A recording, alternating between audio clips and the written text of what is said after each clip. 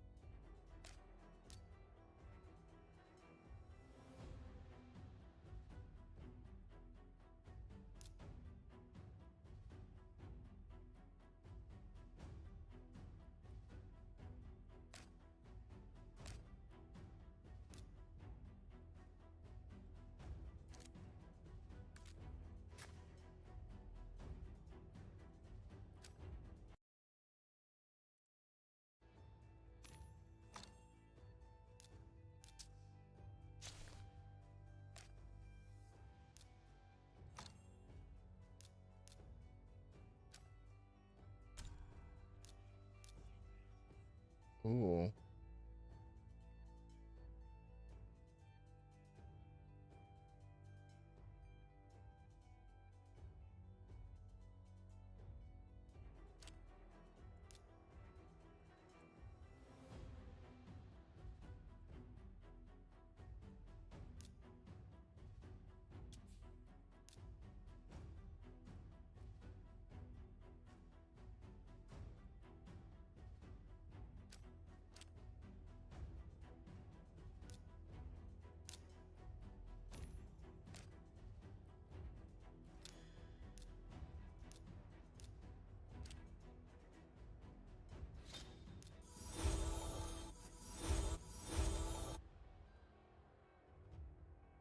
Hello, Monica. It's going very well. How are you doing today?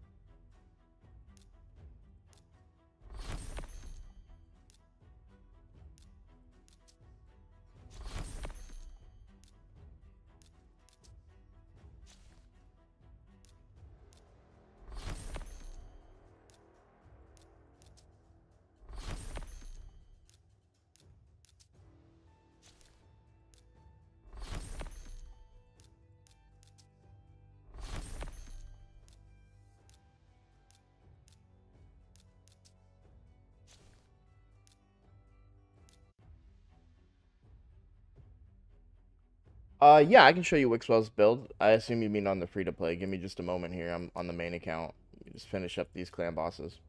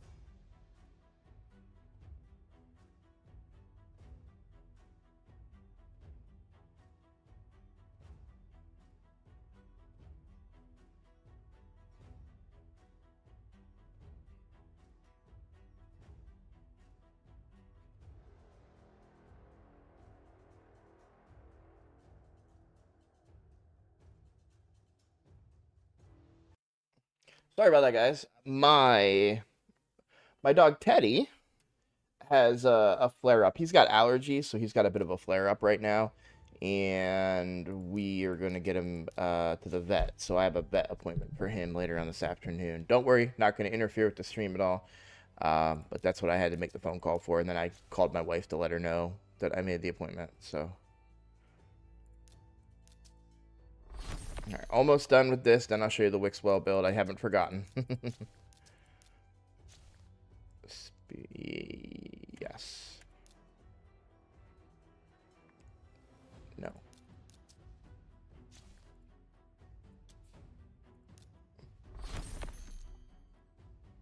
Let's go.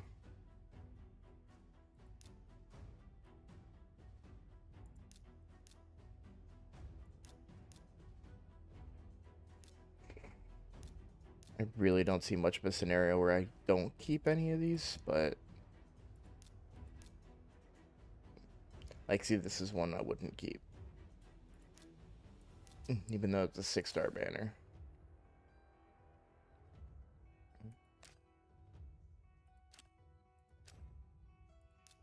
I suppose I could have kept it just for speed, but it was an attack banner with no attack percent. I don't like those. What's that? And back up to 4 primals. All right, let's go. All right, Wixwell build.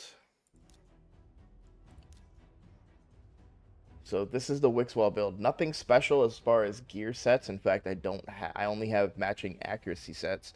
That's just a coincidence. What's up, Christopher? How you doing?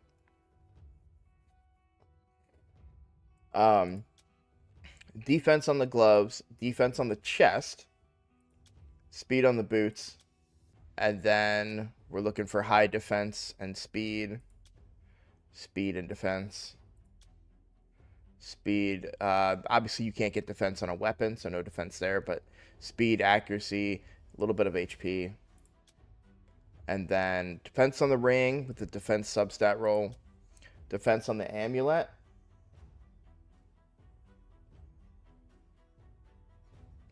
and then I'll answer that in a second. And then I go accuracy on the banner, because you do need a little bit of accuracy for other areas of the... Well, no, he brings decreased attack, so you want accuracy for that decreased attack. So I do go accuracy on the banner, but we have speed and defense as substats there. Overall stats, we've got 5,500 defense, 35,000 HP. Speed is 228, pretty reasonable speed there.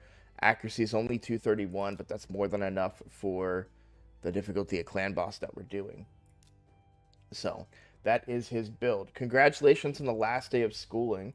Are we talking like college, high school? I'm assuming college, but you never know. I just finished and got my bachelor's in December.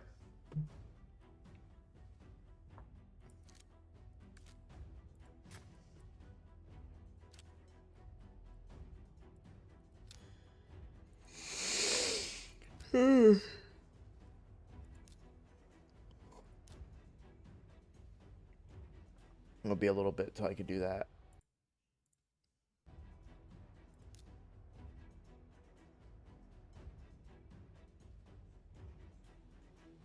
Well, congratulations on graduating high school. That's awesome.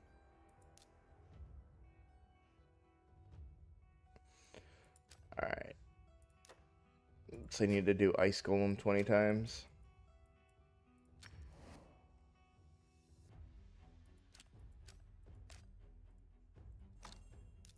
My Ice Golem team isn't done, though.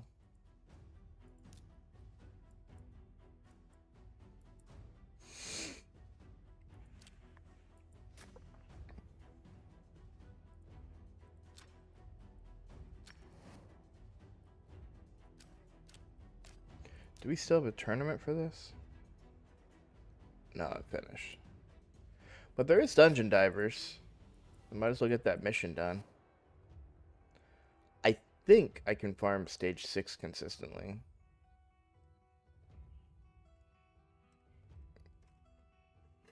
So we'll farm there.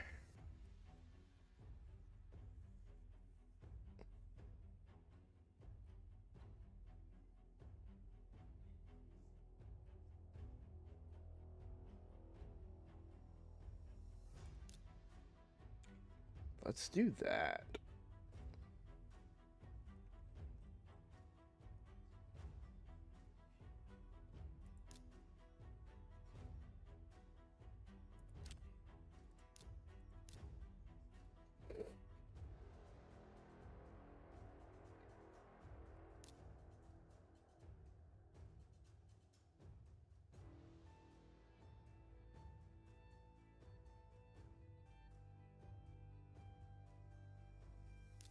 Let's see how that goes.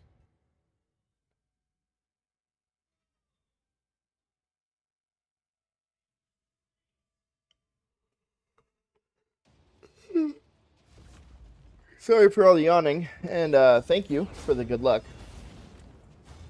This is on the main account, so I'm not too worried about not being able to pull this off on the main account. It's more the time constraints than anything else.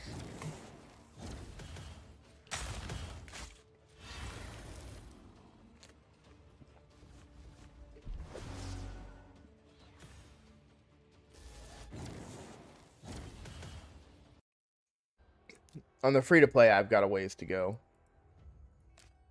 But I did unlock, finally. I unlocked Dragon Slayer Hard.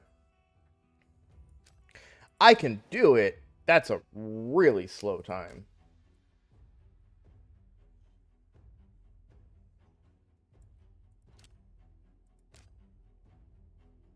What do we have? We should have live arena soon, right? Yeah, 20 minutes.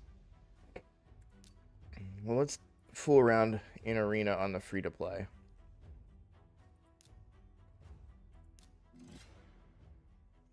On your first account, you made the mistake of feeding your starter champion. That account was irredeemable, so you left it to die and made a new one. Yeah, I've definitely seen stories about that. I was able on my this is my first account that I ever made. So thankfully I never did anything like that. But there are definitely a few mistakes I've made on this account. I've had another free-to-play account that I did it only on the phone, and I was doing it just to mess around. I wasn't taking it very seriously. That account was super stacked early on. On that account, I had 2 Honorok, and I had Cupidus on that account.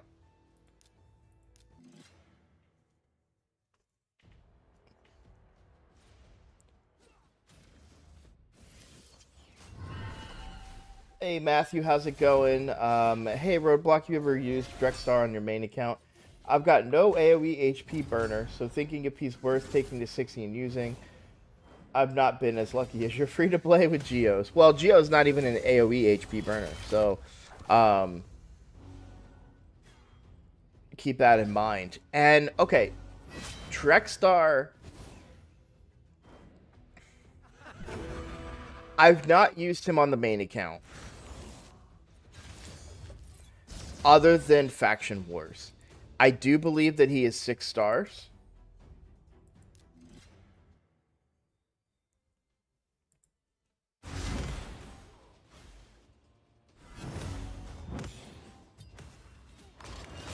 Give me a moment, and I'll go look at him. I'm pretty sure he is 6 stars on this account, but it's really dumb the reason I did it. I actually did it for wave crowd control, and it didn't work at all.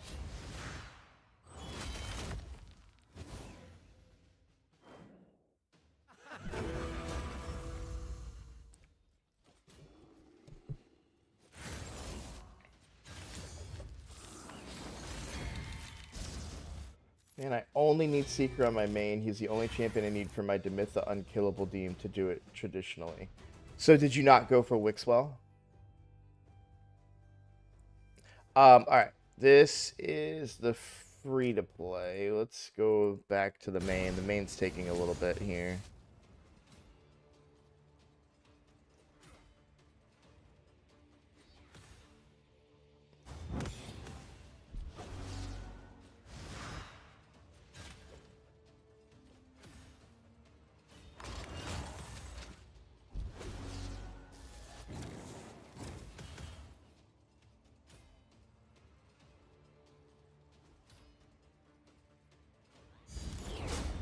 I'm working on a faster team for Ice Golem, but if it ain't broke, you know.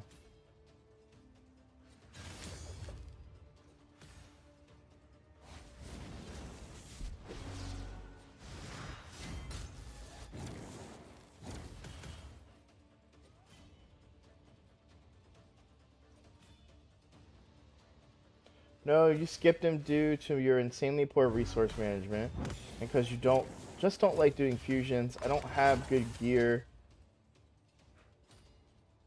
I'm assuming that says right now. There's this stupid heart on my damn chat thing that blocks what you guys say.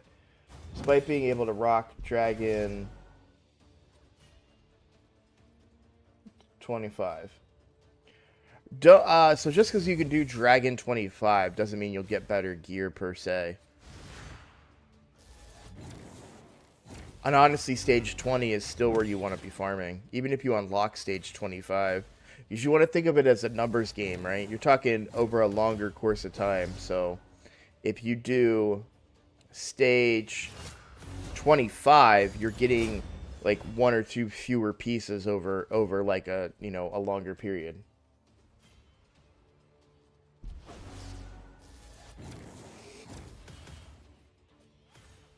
I haven't forgot about your answer, Matthew. I'm waiting for this to finish so I can show you my Drexstar. But AoE HP burn is extremely valuable in the game. I'm not saying that it's bad, not even close to saying that it's not necessary.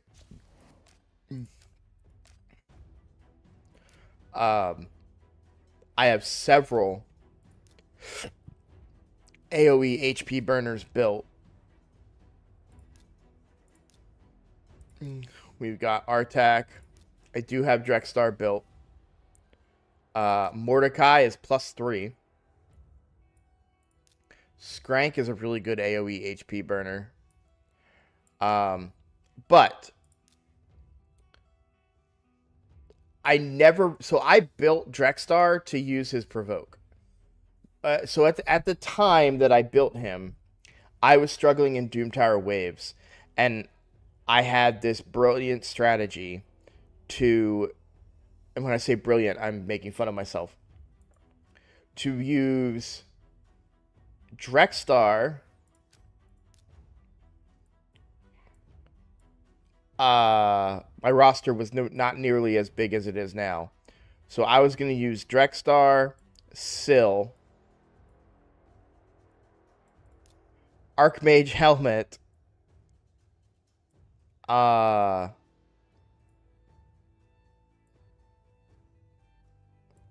think maybe Miscreated was one that I was going to use. I don't remember. Or no. The other one, it was like Nethril. Yeah, I was going to use Nethril. And then Vizix. And so my grand plan was just crowd control. And it didn't work at all. So AoE HP burn is very, very good in the game. I've had a lot of success with Tila. She's an AoE HP burner. That's really, really good now.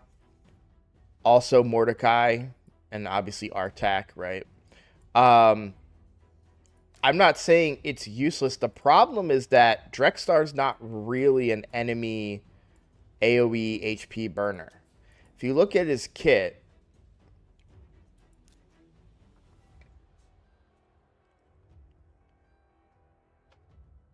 this is an AoE provoke. And then he has a single target hitter that has a chance of placing an HP burn. Now he does place HP burn when hit. But he has to get hit. What's up, Urso? How you doing?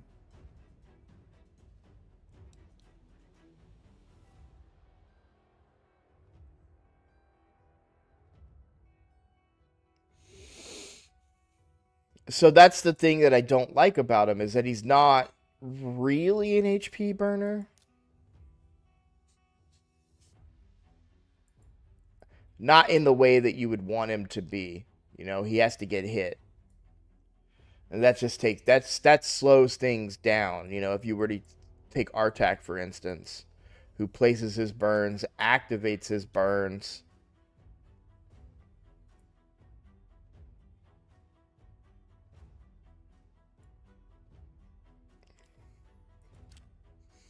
Much more efficient. So I'm not a big fan of Drexstar. I like him in Faction Wars because I do think I still use him in that faction. I don't know if we're on Demon Spawn today or not. We are not. But if we look at my Demon Spawn faction, I use Drexstar.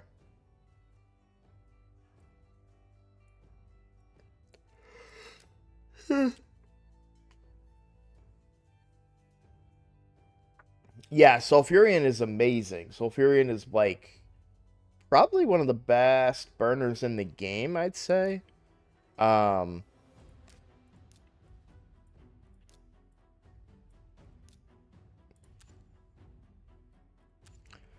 he covers a lot of your bases, right? So you get revive without having to worry about bringing, like, a lot of teams that I use, I'll have a perfect team, but I won't have a reviver. So he can fill that role as a reviver. Places the HP burn and instantly activates it. This is really good because this will go through on Hydra. That'll go through Poison Cloud because he places it. It's not dependent on a hit. A shield buff always is very strong.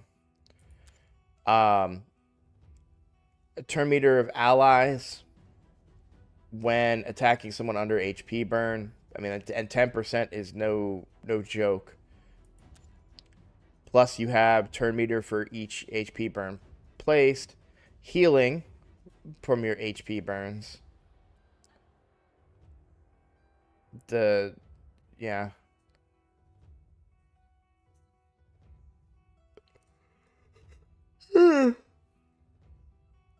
Just a really good champion in general.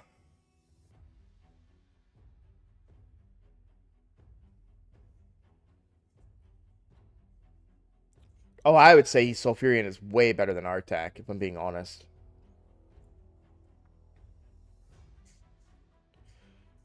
HP burns are kind of useless on Fire Knight teams, I agree. Granted, I feel like this is well-known knowledge because HP burns activate based off of a turn being used, but one of my buddies was using epic version of Gaelic for Fire Knight.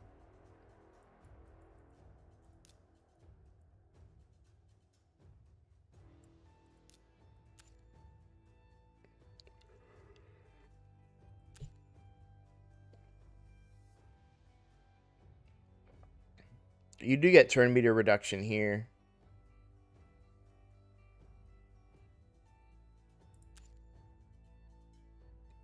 He has good turn meter reduction.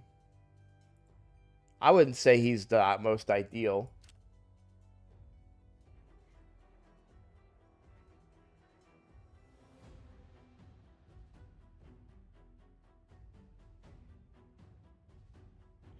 Okay, this is a great question. This is an absolutely great question.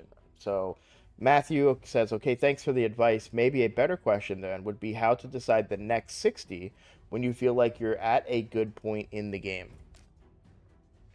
It's a wonderful question. Now, on my free-to-play, you may think that, well, I'm at a good point in the game. I am not. Yes, I have Clan Boss figured out. I don't have I'm short on Hydra. I only did 32 million damage on Hydra this past week, which is very, very close to the 35 million I need to at least get a Hydra Clash chest, which would be huge for my free-to-play account. So I need to squeeze out 3 more million damage in Hydra. And then so that's kind of a focus. But the other thing too is speeding up the dungeons, right? So I've got in Dragon's Lair, this is a 3-minute run. That is a very long time for a dungeon.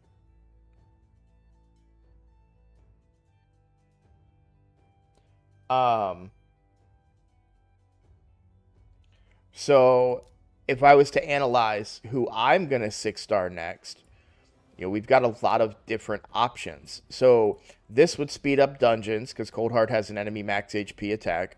This helps me in Doom Tower. This would help me a little bit in Hydra because I have an enemy max HP attack. This would super help me in Hydra because I'm low on block debuffs, so this would bring HP burn. Bambus helps me in Hydra because he has decreased speed as well as increased accuracy and increased attack.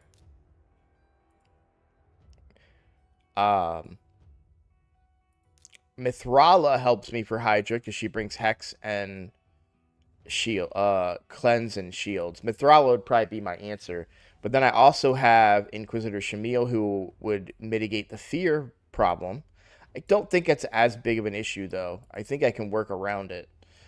Ugo is a must for decreased defense and block buffs because I don't bring either of that in any, well, other than Sun Wukong.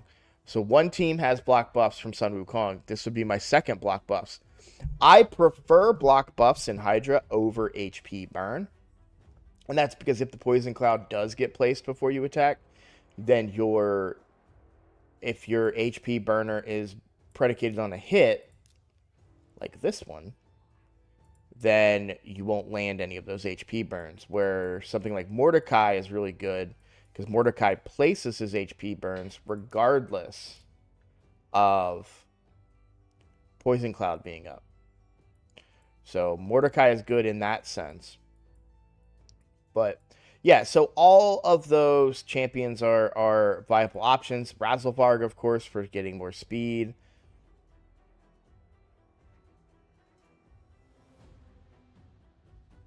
Is the benefit to speeding up dungeons for a turn event? There won't ever be a turn event in a fusion unless they add an additional fusion. So the current fusion rotations are always the regular tournaments where the points come from getting artifacts. So the way that it's currently done is they do your artifact dungeons during the fusions, and then the non-fusions are when they do the turn attack ones. Being faster would technically get you more success at turn attack, but I don't believe that it's necessary. Speeding up dungeons is about your time. So, for example, if I wanted to participate in the Dragon Tournament,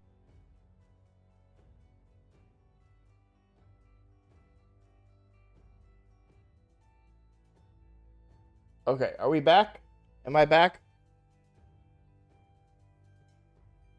Can you guys let me know in chat if I'm back? All right, we're back. All right, what I was saying though, basically, so you've got if you do 2,000 energy, it's 100 runs. You're talking 3 minutes a run. I mean, that's what, a couple hours, right? So obviously you're multi-battling it or auto-running it, whatever. But that's still time that your game has to be up that you might not be able to access or do something else. So shorter runs are better in that regard.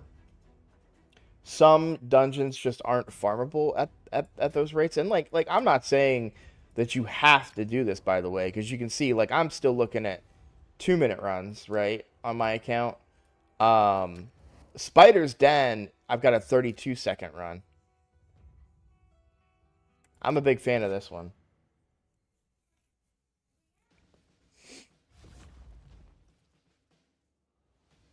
This is the main account. By the way, I did switch to the main account. Although I have most of the makings for this team, which is really funny. Just a different nuker, of course. Hydra, let's see. I was answering speeding up events, so I haven't read yours yet. I cannot get more than 100 mil on normal. I cannot seem to figure out how to get me. I just got 5-star Trunda Blessing and 5-star Harima, which is nuts. I also got Mythical Alaz the Sunbearer, so maybe. I ditch HP burn and add Nekmothar for speed / decrease speed and Wukong for block buffs, then Ugo? Question mark. You only need one of Wukong or Ugo. Ugo is better than Wukong because you're bringing the decreased defense, so this didn't work. This team, it's not perfect. It's still 100%.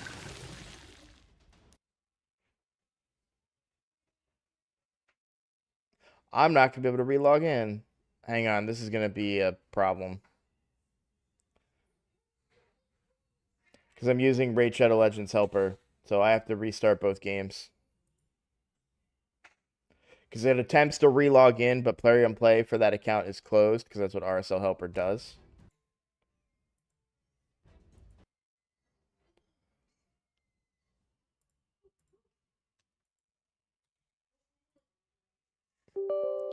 It won't take me long to get back started.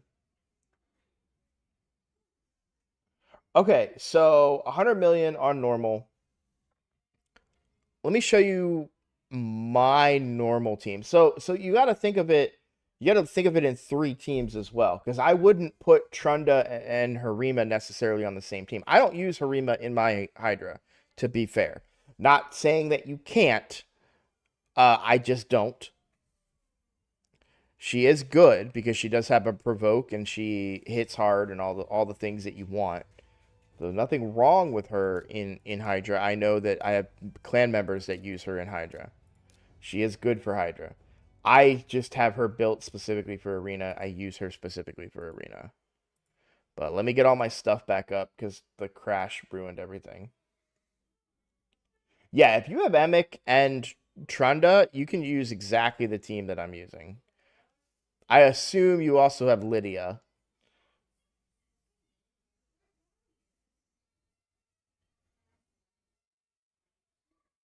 Oh, you don't have Lydia yet. Okay. I would work on that, by the way. If you're doing 100 million in Hydra and you don't have Lydia, I would say that it's time to focus on Faction Wars a little bit. You can squeeze through some Faction Wars stuff too. All right, on the main account, let me turn this back on. There we go. All right, so this is the main account. This is my Trunda team, and I'll show you. I'll put it into action, and then I'll show you kind of what I do here. So I do it on normal. I do Trunda on normal. I can do Nightmare. So my Nightmare team is completely different. That uses an Acrisia and stuff that...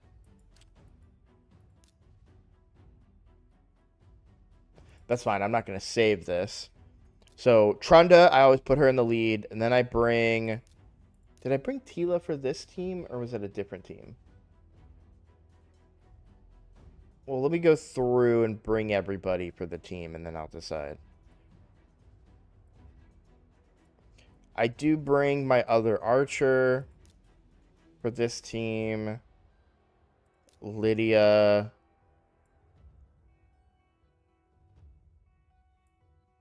Emic.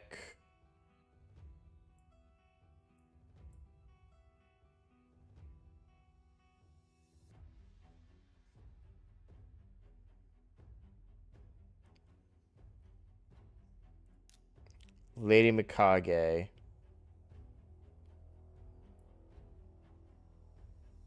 And I think I brought Tila yesterday.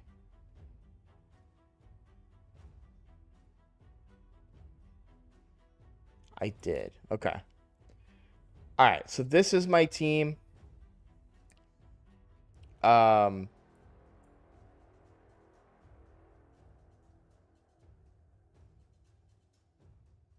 Pretty sure this is my team.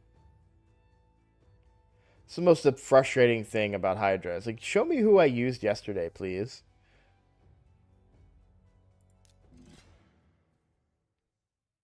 Oh, I forgot to show you the champions. I'll hop off here.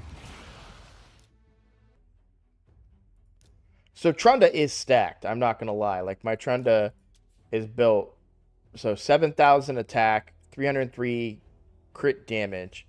Only 191 on speed, but that's fine. I don't need her to be especially fast. In lethal gear. Not lethal and savage, so I'm definitely losing some damage there, but this kind of helps me with some of the speed requirements, and I do have quite a bit of crit rate on this particular shield, so same with these boots. But everything is fully ascended except for this, because I need to re-roll this to get into some more attack percent. So she is pretty stacked. The rest of the team is pretty standard. This is my second archer, so she's only built for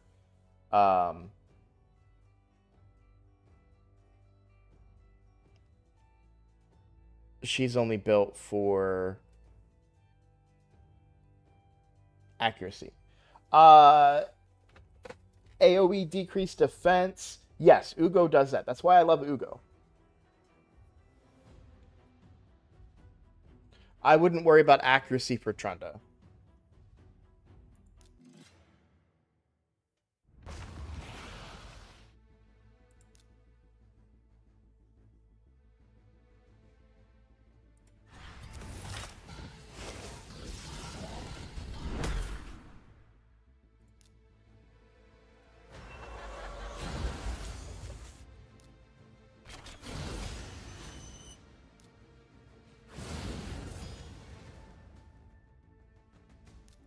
Actually gonna wait to use the refresh until after Trunda goes. And then I don't open with her big hit. I open with her weaker hit. Because I need dead targets. So. And there we go. There's that first dead target.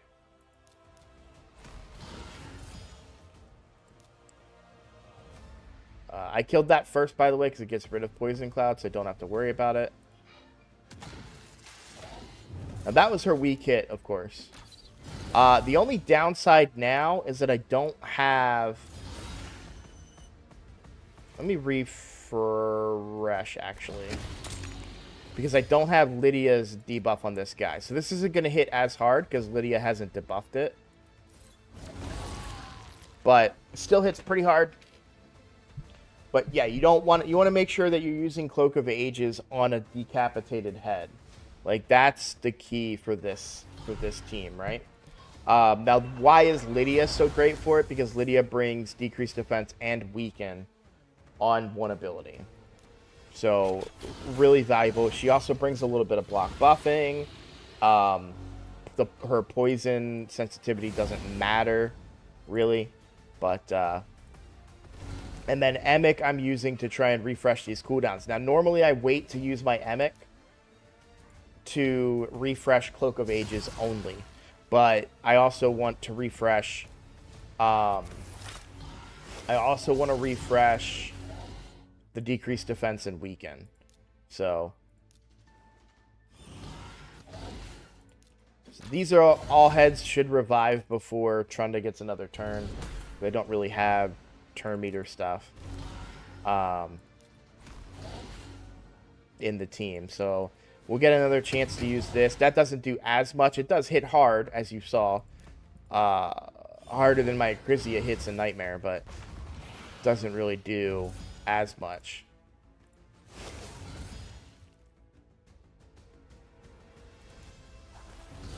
And then I think I'm going to get another shot here. So let's do this because that'll guarantee that I'll have her ability up. Let's make sure we get the decreased defense and weaken out. I don't have Hex, which is a problem, but Cloak of Ages here will still generate a big chunk of damage.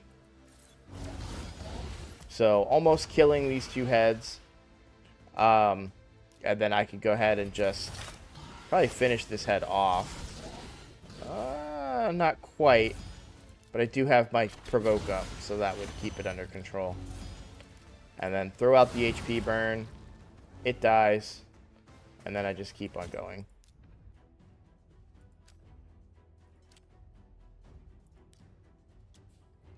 And Hydra Clash has now started. But that's what I do on normal.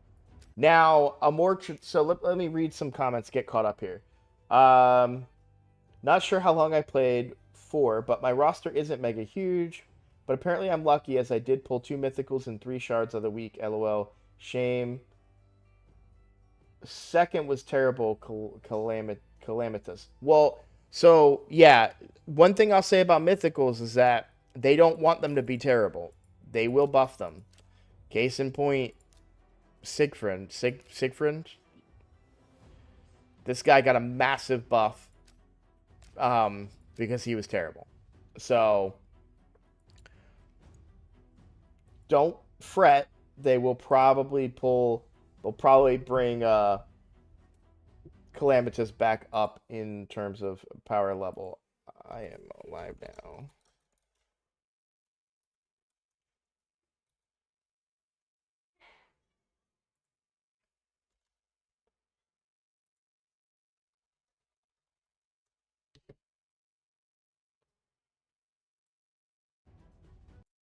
Yeah, Alaz is really good.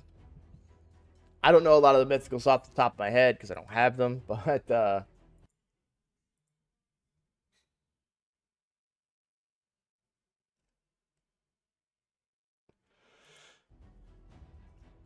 right, let's go do live arena on the free to play.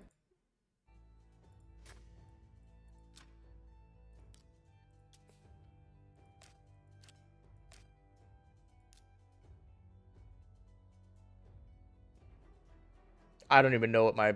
So I guess I'm 1.65 on the free to play. On the main account, I'm 8.43.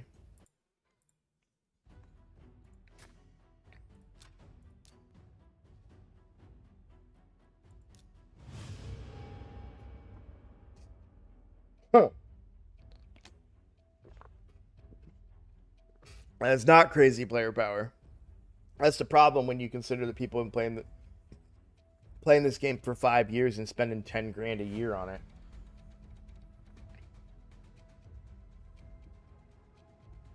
I think some people have said that they could have bought a house with the amount of money they spent on Raid Shadow Legends.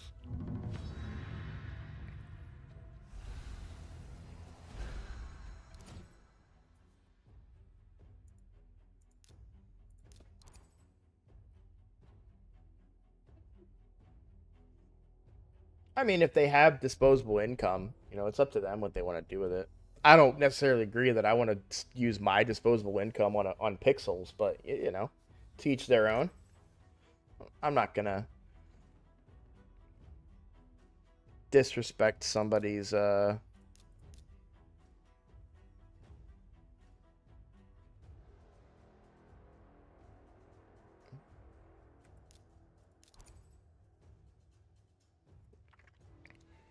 I don't know what word to use there, so I'm just gonna stop talking.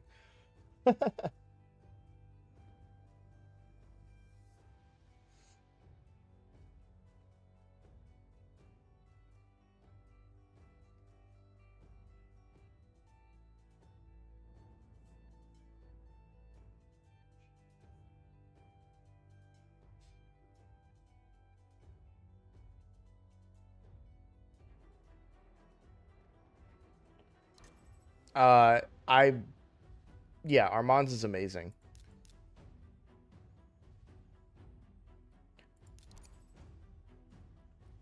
I feel like I'm banning Rotos here.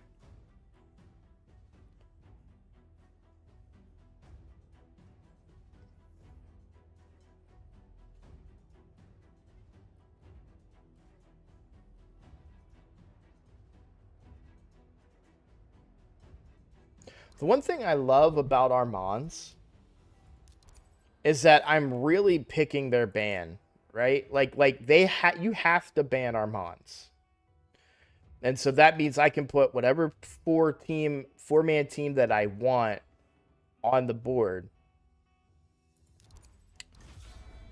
And they just have to ban Armand's. Or I get Armand's and then I just win. If they ban something else.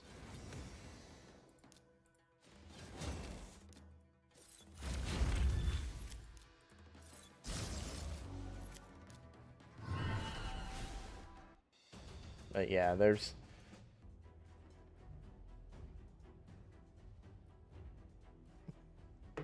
So they need to not run that Death Knight.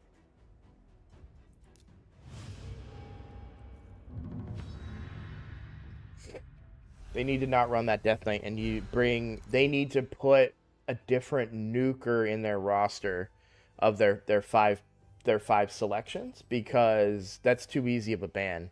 Like, oh, you have one nuker, cool, I'll ban them. Even if that team was super tanky, which it totally could have been, because it was, Mithrala, UDK, all that stuff. If I ban your nuker, I mean, what are you gonna do to me, you know?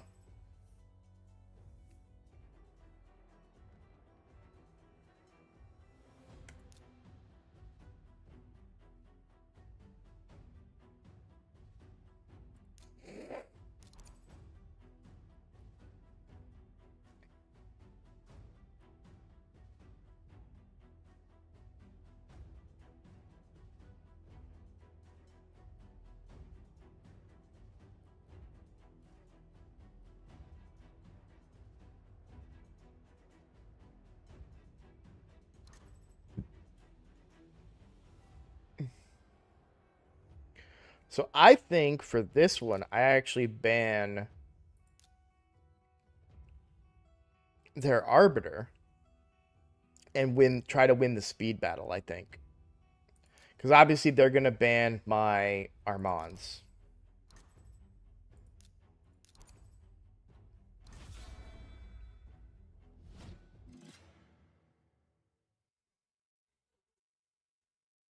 Now maybe they have like a crazy strong Nekmothar that's built, but I don't think that Nekmo outspeeds my Arbiter.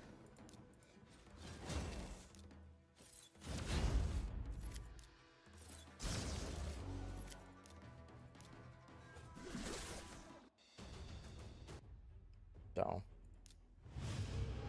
just finished to get Arbiter as well, but you keep getting too many Legos and can't level them all up. You got Arbiter, Kalbalak, Supreme Elhain, Calamitous, Tuanarok, Bivald Abyss, Kandrifon, and Gaius. Great thing about Calamitous, he's already 60. You just gotta level him. Tuanarok is amazing. Bivald is amazing for Hydra. Kandrifon's a great nuker. Gaius is good now with Stone Skin being a thing. I'm a little low on Kalvalax, believe it or not. Supreme Elhain,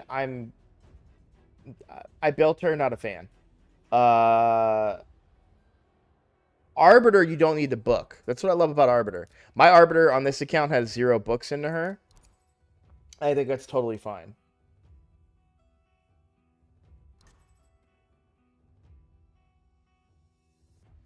Is this the same guy? It is the same guy. I don't know what I'm sorry, man. I feel bad. Okay, out of those next to level, I would go Arbiter. If you don't have a speed lead. And look, Supreme Elhain will be a good nuker for you on your account. She's void, she hits hard. I don't think you're gonna have a real problem there.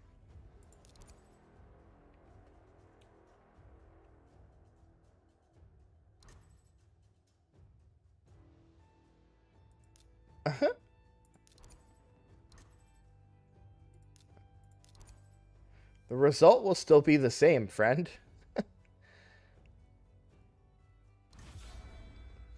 If anything, you're just slower now.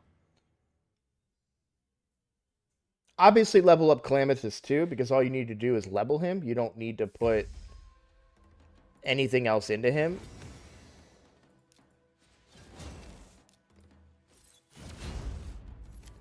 I'm really confused by the Godseeker pick here.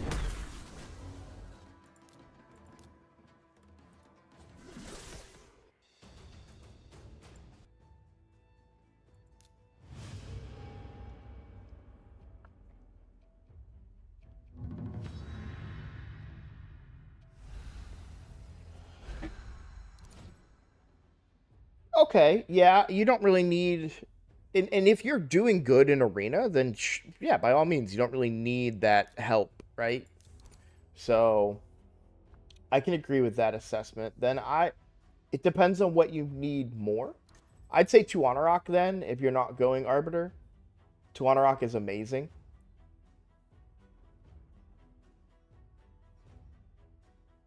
If you need a nuker, I would go Candy out of those, or Gaius, and then Supreme Elhane in that order.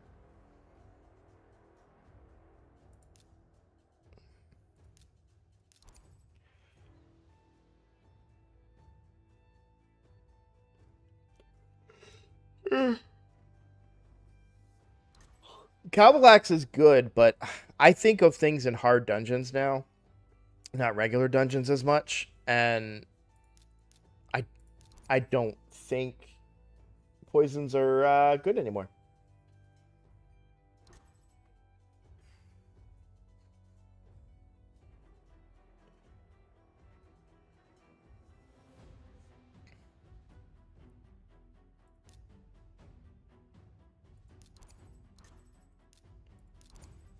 If you don't have an Ugo, I would do Ugo. Yeah. That's the thing is there's so many champions, right? It's like I was going off the people that you listed and who I would go from that group, but obviously yeah, Ugo is a big deal. I don't know what Tunisia is capable of doing in PvP, to be honest here.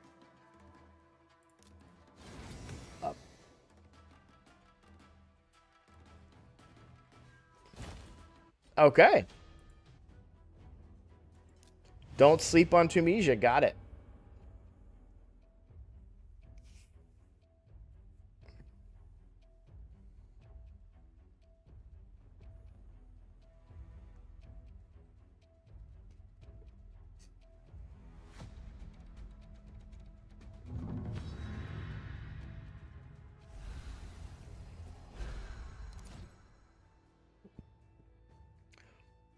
How good are you on Sand Devil? Because if you're well, you probably need a Newt or Artak. You said so many people have been commenting, so I don't remember who it was that said they had Artak and not, but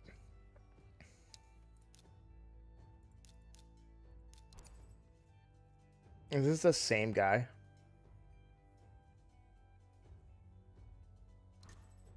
No. Okay.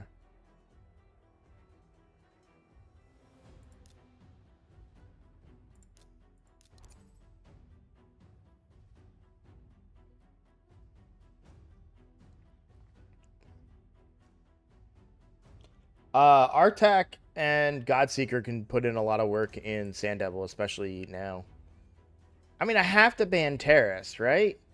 I don't like that, but I have to.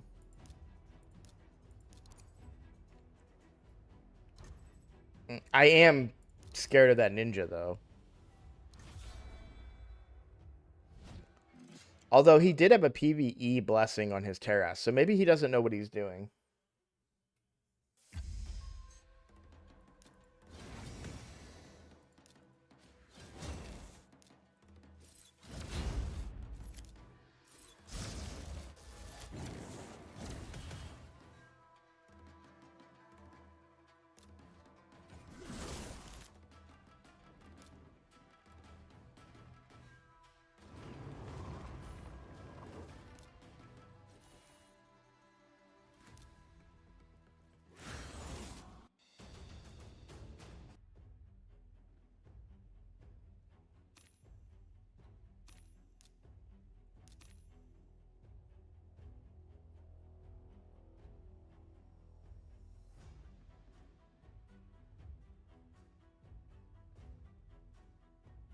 Yeah, I like Deacon as well. I'd love to get an upgrade to him, though.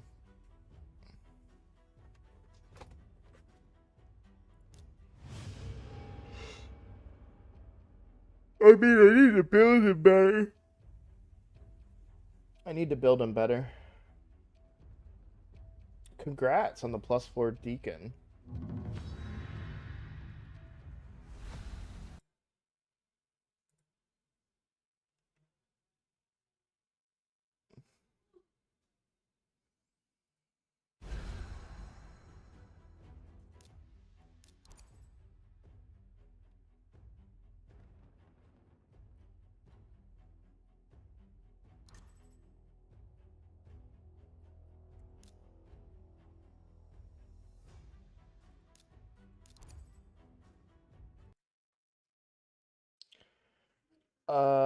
Nine rocks. Fane or Farrakhan in a unkillable?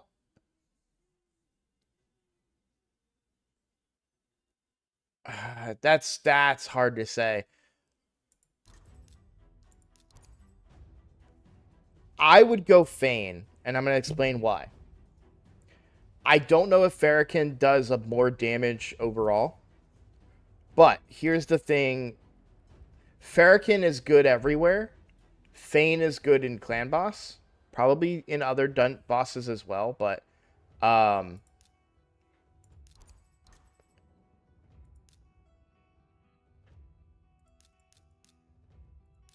um but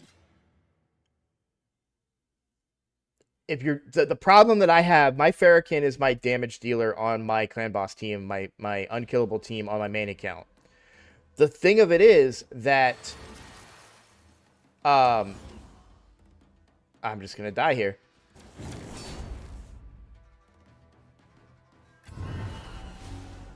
Nice. Okay. That means I don't get to use Farrakhan anywhere else because he has to be built super slow relative to everybody else on the team.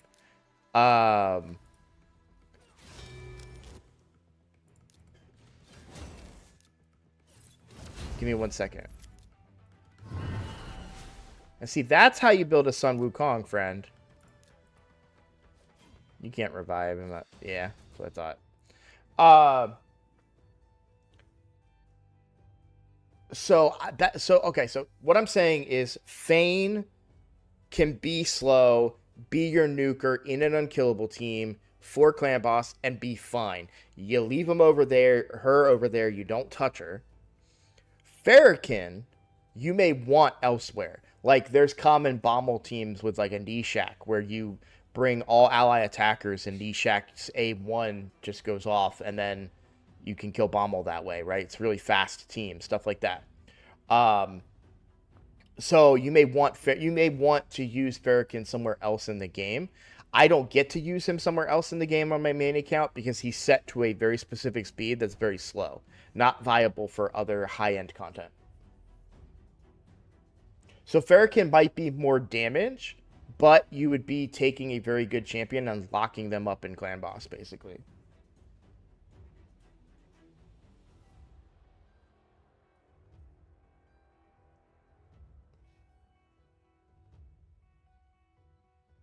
Yeah, Nikolaj is pointing out that Farrakhan could be really strong in Curse City.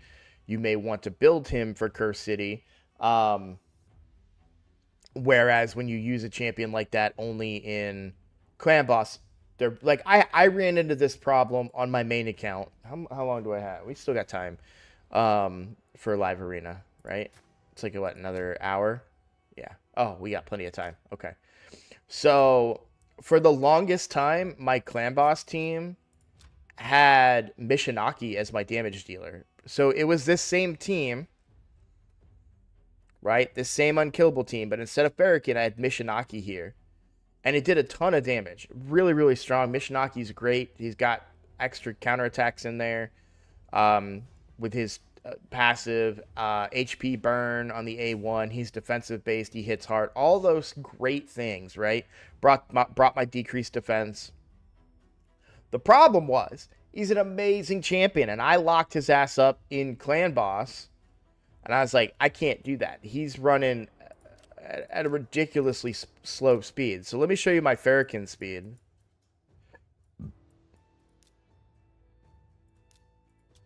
So my Farrakhan's only 170 speed. Like, that's way too slow. And if you look, so that's what my Mishinaki would have been back then. And now you'll see I've got him at 207. So, you know, that was a huge relief to be able to take one of my best champions on my account and use him elsewhere at a reasonable speed rather than having him be super slow for a speed-tuned clan boss team.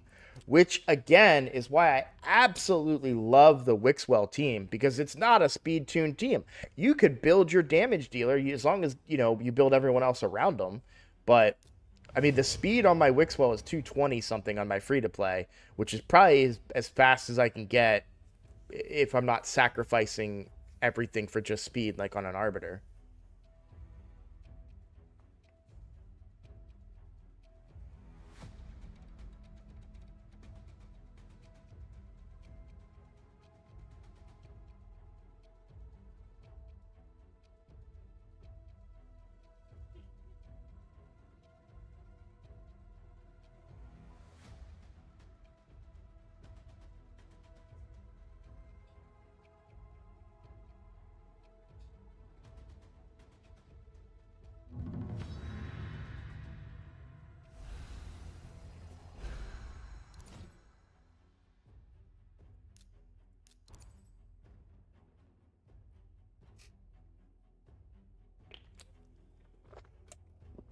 I never built Cleoterix on my account, on my main account. I might reconsider that on the free to play because I have so many fewer champions, but on my main account, Cleoterix never got built. I know she slaps. I think she slaps, but just one of those champions that you get too late. The same thing with a lot of the Doom Tower champions that I'm getting now. I'm getting them so late in my account that I don't need what they bring, which is unfortunate.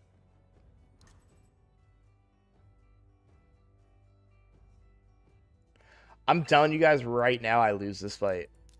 I'm gonna tell you why. That Molly is super good in Arena. I'm gonna ban the Arbiter because I'm gonna assume that she's faster than the Lord Shazar, but they're gonna go Speed Aura with Lord Shazar. If this Molly is built with speed and accuracy, she's gonna provoke my whole team, and I'm done. I win the. Luckily I won the speed battle. That's what I needed.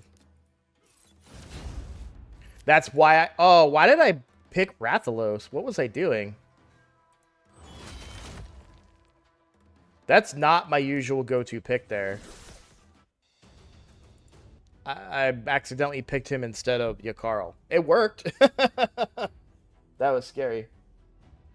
Correct. Lord Shazar has a faster speed aura, but Lord Shazar is not necessarily going to be faster than the Arbiter because Lord Shazar needs accuracy and high attack percent, which limits the build capabilities of a Lord Shazar.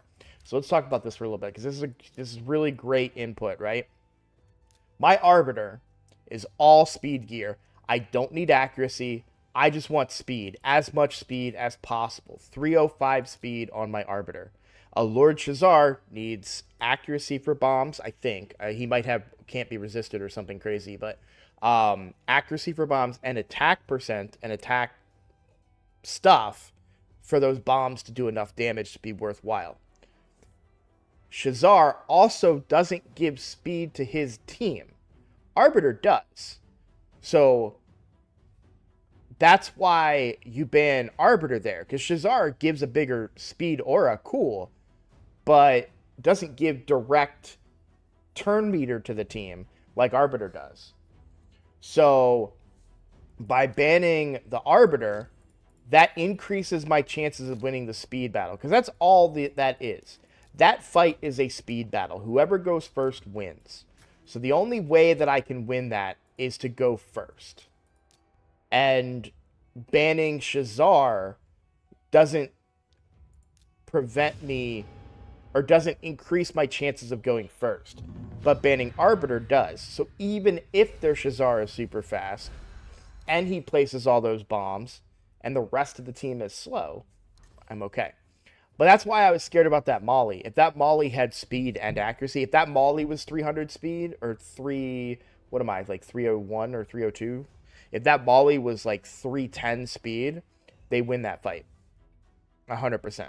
They need to rebuild their Molly.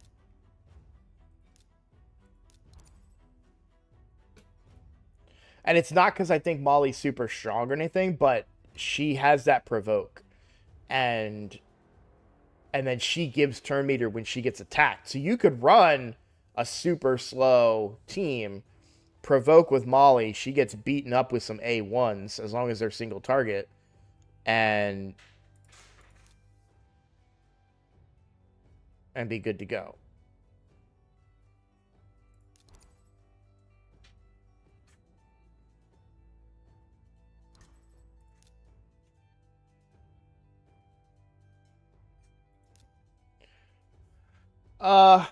Okay. So I think I just banned their damage dealer again. Yeah, Miracle Heal for Ugo and Hydra.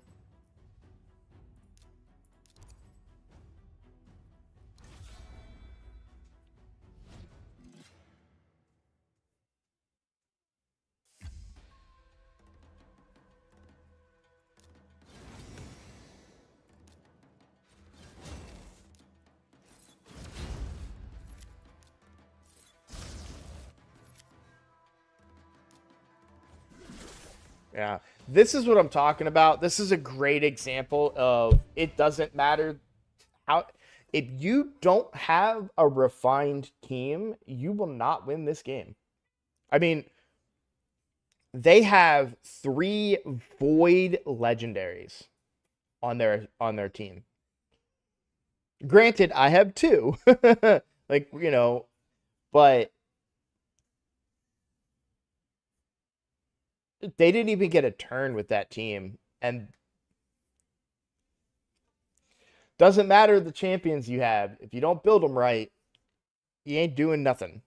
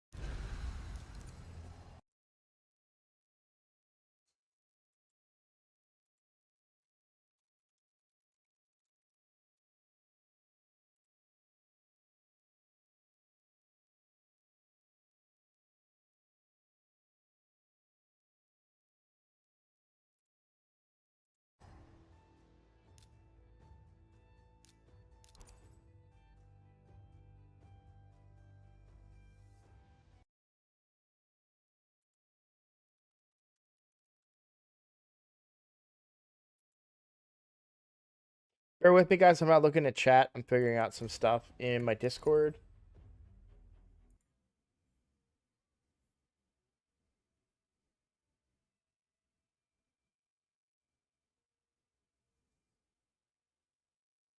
You have to ban the Armands. I think I lose this one.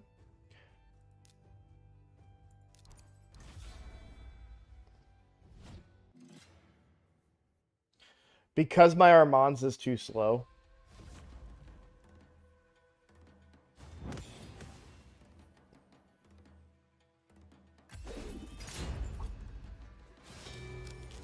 Oh. I was going to say, if Armands gets a turn, I think I win.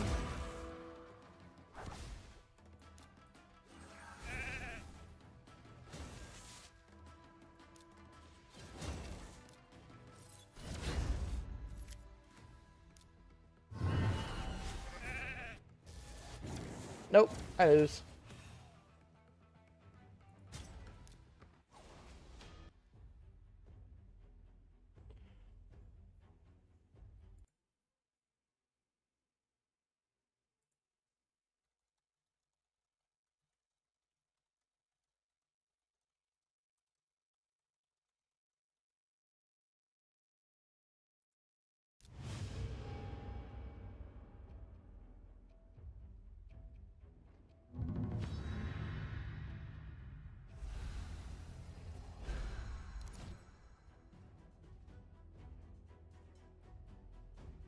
So after this arena battle, we're going to do an account takeover. I know you just asked me a question. I'm still not looking at chat. I apologize again, but give me just a moment here. I should use Witron to 100% right, and ditch Harima. I I don't know who to. Yeah, so you gotta treat a Trunda team differently. You have to treat a Trunda team with the assumption that you will be able to kill every head without question. So like the best Trunda teams don't bring any of the traditional mechanics. I don't have the team for a best Trunda team. Theoretically, you want to bring as much cooldown reduction as you can.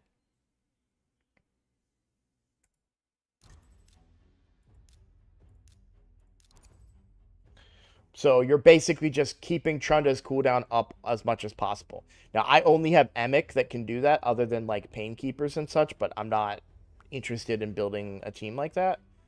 That feels way more cheesy than just using good champions. um, yeah, if you did a 2 Painkeeper, Emic, Trunda, Ugo, that would be amazing. You just have to make sure you're always killing. You need to gain. You have to kill fast. You need to gain control very quickly, or else like Poison Cloud comes out and you're screwed, right?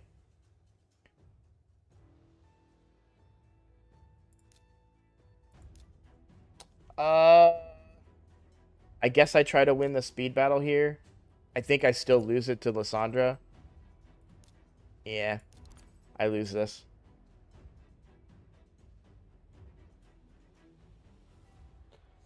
Well, a burner. So Harima would be more important because you would need to provoke so they don't steal the block debuffs. That's the big thing. That's the only thing you really need is to prevent that yeah.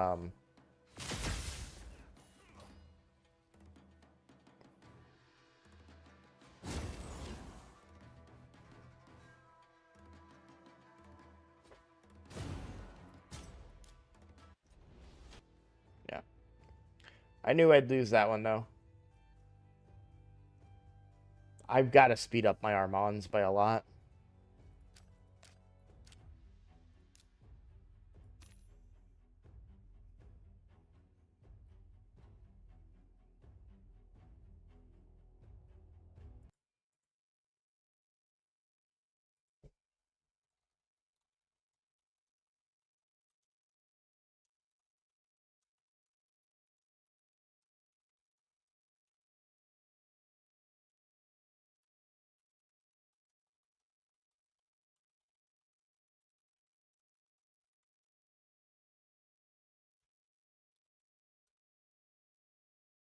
All right, guys. I'm going to black out my screen for a second here. We're about to do an account takeover.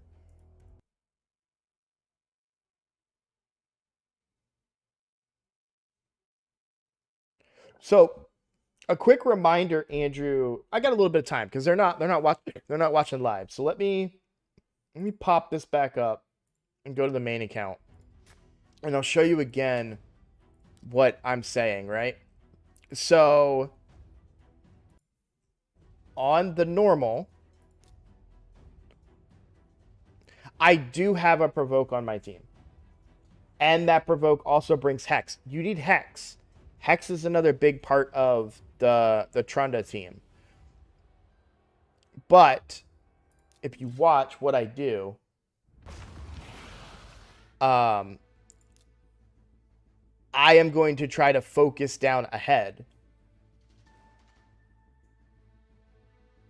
So for me, I focus down the Poison Cloud head.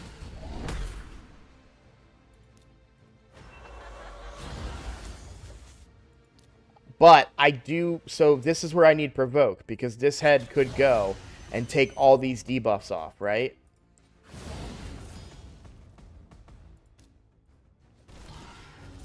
So then I come in here, and I use just the weak one to get them low enough. So they put Poison Cloud out, but then they die, and that Poison Cloud gets removed. But you notice that he would have removed all of those debuffs I put out there if he wasn't provoked. So him being provoked is relevant for a turn. Unless everyone is fast enough to go before the Head of Decay. You can also focus down the Head of Decay too. But once a head is dead, you now have control. And provided that you have enough cooldown refreshing, you can just infinitely kind of do this mechanic where you're also not bringing weaken, by the way. So that's why Lydia is so good. There's the Hex, right? I'll save that for a turn. And then we come in here. We hit this. This is not going to hit as hard. I don't have decreased defense and weaken on it. So only 800,000 on the sides instead of 1 million, right? On the heads. So that was a little bit less than what you'd like to see.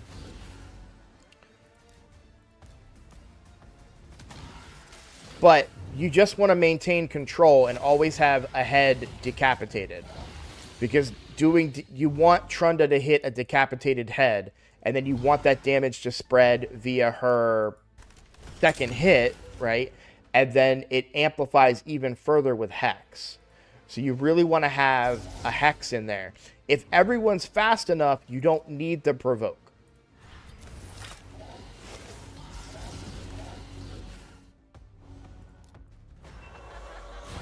So now I have the decreased defense and the weaken out. I put the Hex back out. The HP burn is just there for extra damage. I'm not necessarily bringing that for any particular reason. So even though these heads came back, this is the head of focus still.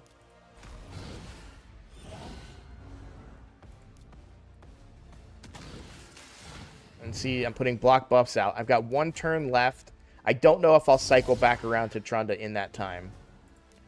Let's put decreased speed on everybody here. Trunda getting feared is less than ideal, but Mikage should take that off.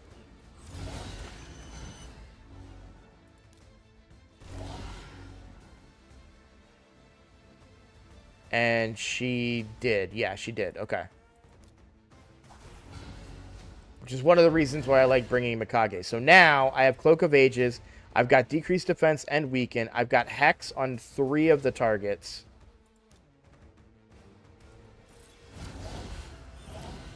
And big hits all around. So that's what you're looking for. You're looking to maximize that damage out of Cloak of Ages. All right, I'm going to block out the screen and log out of these accounts. We're going to do an account takeover. Give me a minute here. Okay. Now, this is a different type of account takeover because normally I like to have the players in chat when I do these account takeovers. But at the moment, they are not here.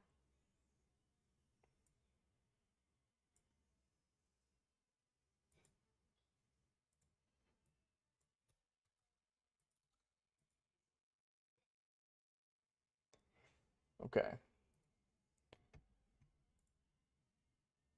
I am also going to record.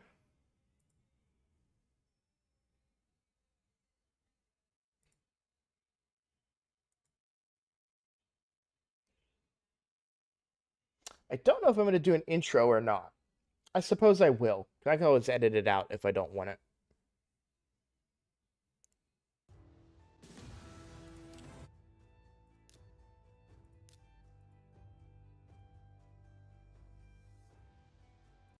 There we go. All right.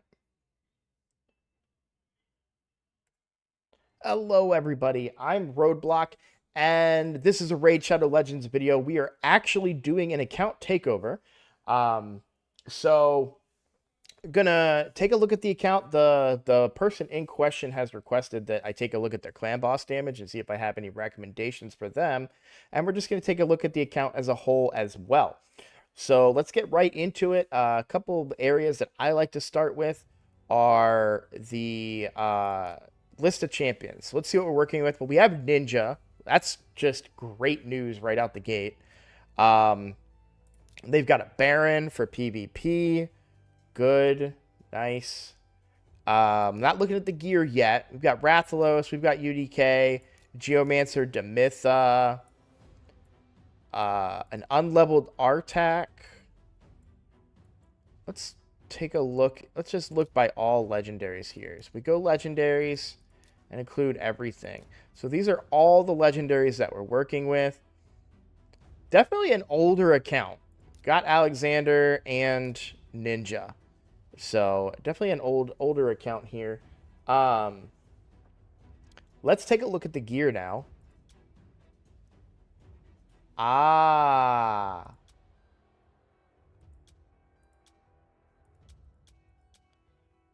don't know that I necessarily agree with the accuracy on the chest plate for a Ninja.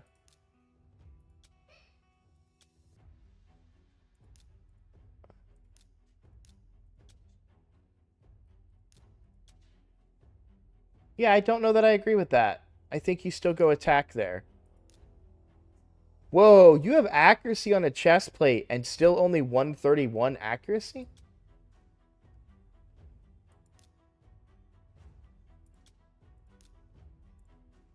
Do we have an accuracy banner? We definitely have an accuracy banner. If you're going to go accuracy,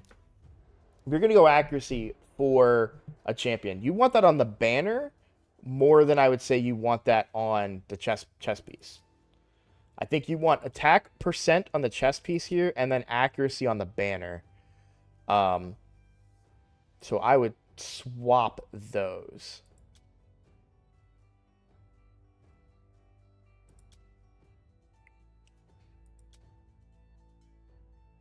Also quite slow on the speed here. 180 isn't terrible, but it is a little bit slower. And then here's something that I'm noticing too when it comes to...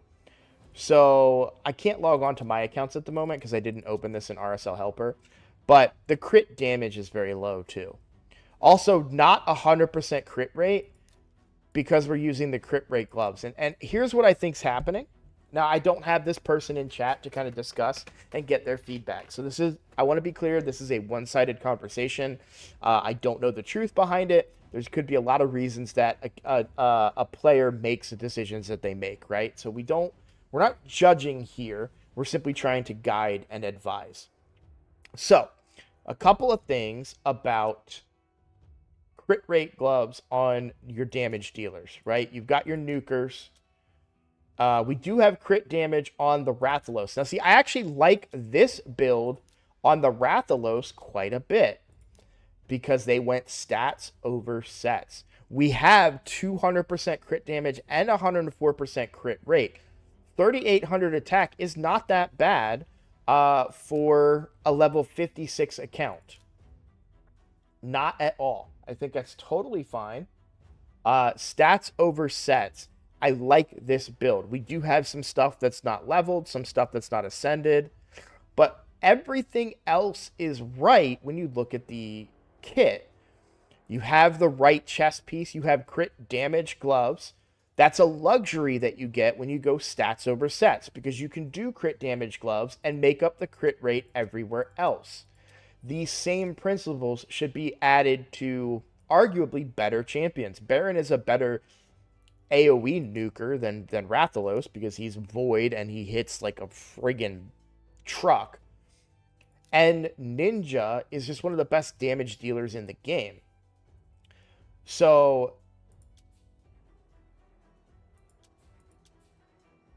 the other thing is why I'm saying stats over sets, right? We're prioritizing Savage gear. But let's look at this Savage gear piece by piece. Good piece. I'm okay with this piece of Savage gear. You've got crit rate and crit damage. I'd love to see attack percent on it somewhere, but beggars can't be choosers, right?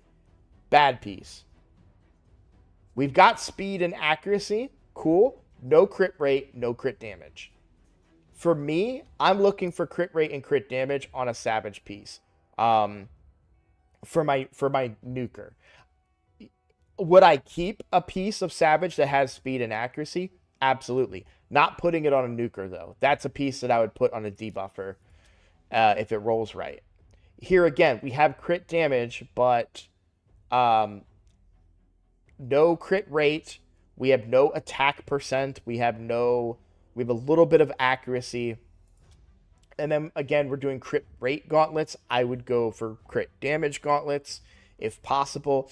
Limitations of the account are a thing, right? So they may not be able to put crit damage gauntlets, but they're able to put crit damage gauntlets on their Rathalos. So you should arguably be able to figure out a way to do that with your ninja, but take off the bad savage gear, right? No crit rate here, no crit rate here. While speed, savage boots, 6-star, great. Substat wise, we do have attack percent, but everything else for a nuker, not really looking for. Another thing too is if you are going to go a banner that is for not accuracy, in this case, you would probably want to go with an attack banner rather than an HP. Something I hear a lot of people tell me is they get worried about their characters can't live or can't survive or whatever the case may be. So I wish I could log on to my main account, but when it comes to attack-based nukers, a lot of them are very squishy. But if you have good speeds and if you have a good support team around them, it doesn't matter. My Baron on my main account also has no blessing. Is built for nukes, and I've got him in an attack percent chest, crit damage gloves. I think he's in savage, maybe lethal. See, again, you're doing HP on the banner. I would go attack on the banner, which you don't really have a good attack banner, so that's fine. You don't really have the banner for it, but you got to go attack on the ring. I'm so sorry you don't have attack on a ring. That's unfortunate. Okay, you're doing what you can with the gear you have. I respect it. But yeah, my Baron is very, very squishy.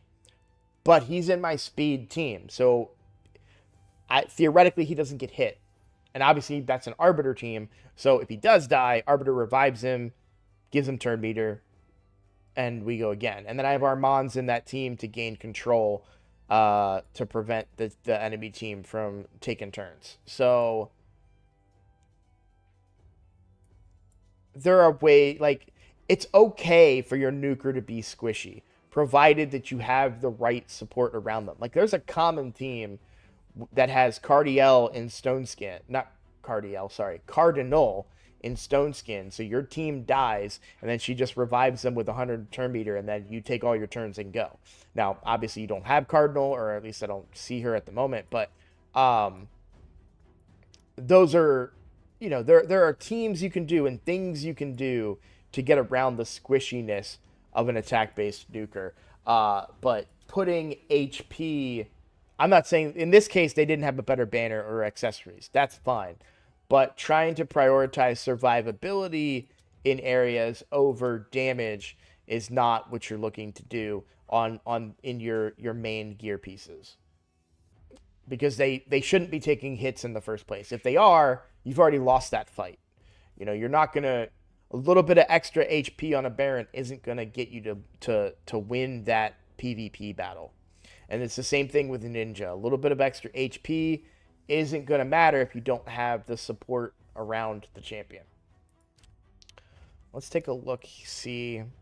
So one thing I'm noticing, the fact that your shard count is so low, unless you went for the summon rush. Let's see how many fragments you've got.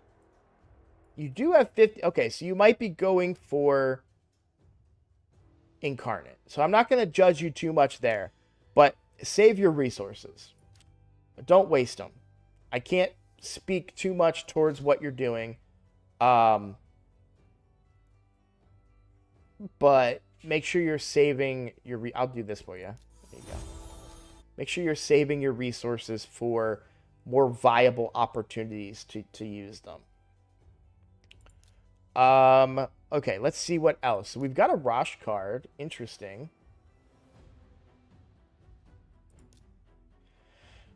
We've got a Syl, level 60, like the skin.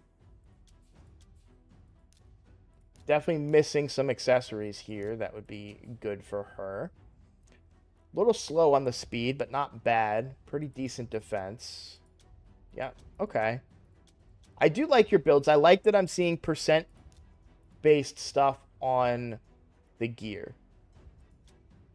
That's a common thing I see. I bet you this is a really slow Ultimate Death Knight. Yeah, 132 speed. So this is something where you need to decide what this Ultimate Death Knight is doing. Now, I assume you're building him to be a solo farmer. I still think defense on the boots is far too slow to be a solo farmer. And without a toxic set, he's not going to ever, it's going to take him forever to kill anything. All right, so we're talking clan boss damage. So you do about 15 million per key on Nightmare, and this is your team.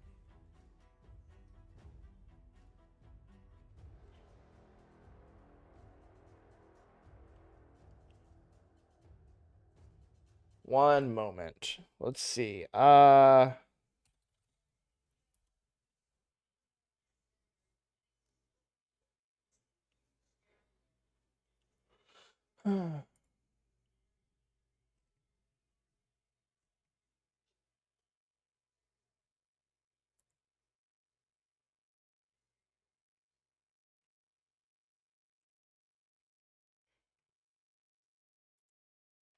I'm looking at Roshkard to see if there's a version of Roshkard and Demitha that can work. Myth Tower.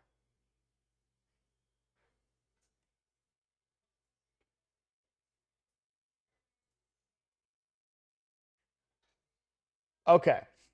So there is a team on Deadwood Jedi that uses Demitha and Roshkard the Tower that will give you an unkillable team. It uses one DPS champion, a debuff blocker, and a cleanser. Now, I am not extremely familiar with this team, so I can't necessarily say that you'd be that what you do and do not need or anything like that. But let's take a look at what you would have to complete this team. So buffs, we go block debuffs.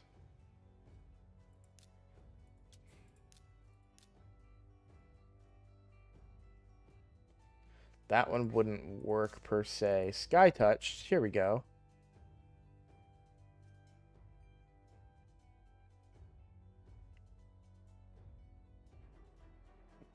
Five. That's on a 4-turn cooldown, though. I don't know that that works.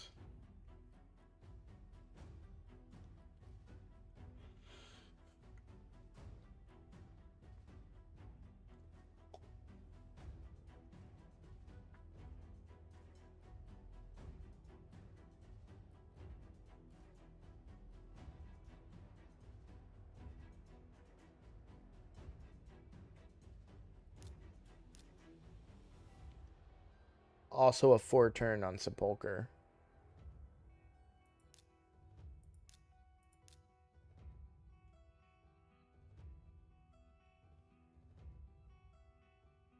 Okay, what about a cleanse? Do we have a cleanser on the account? Because it's not, you don't need both. You need one, it looks like.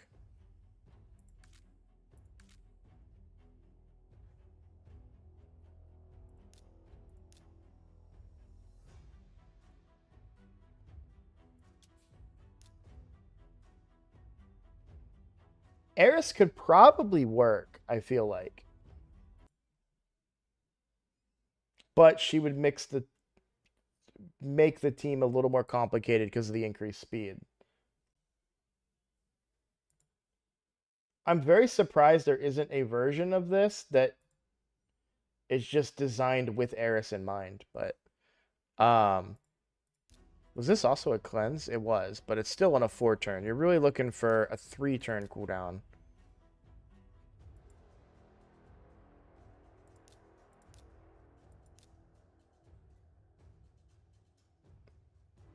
So this would be a 3-turn cooldown when booked, and you would get your cleanse. So Arwid could be your cleanser potentially.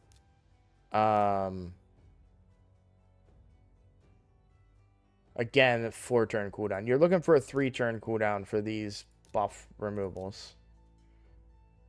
Again, a 4-turn cooldown. There are a lot of 4-turn cooldown cleansers when there's a rare that can do it. A little frustrating. Let me check Demitha teams and see if there's not one.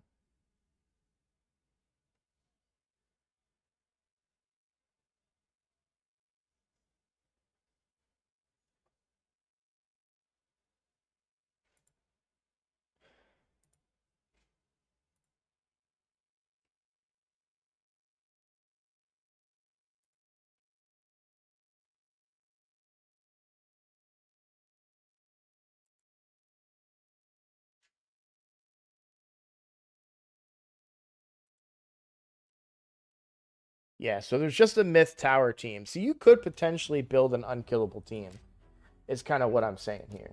Like, there is a team that uses both Demitha and Roshkard the Tower in an unkillable team that is on Deadwood Jedi site. That you could certainly use for some success. But here's the thing. Here's the problem with your team currently in Clan Boss. Because this is not a speed-tuned team, I assume, based on the damage, there's no reason to have the block damage in here.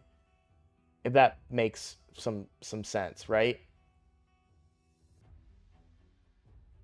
Because sure, block damage is going out, but you're just losing. They're not doing anything else, and they're not really supporting your team. They're not extending your run a couple of turns because maybe you get 1 or 2 more turns out of it, but then the buff falls off and everyone dies, right? So you really want to find a more traditional team in that sense. If you're going to do a killable team, throwing in unkillable champions that can't actually do unkillable just doesn't make sense because now you're giving up damage for very little gain. You're not gaining survivability. Although I do like the speed on the Rosh card, 248. Oh, looks like. Oh wait, are you trying to go for that team? You are. You are trying to go for that team. Is this team an unkillable team? Who's in it again?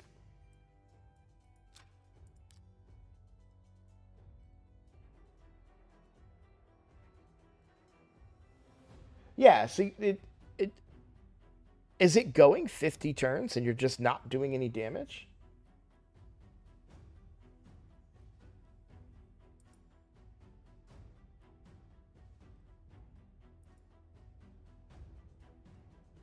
I'm so confused.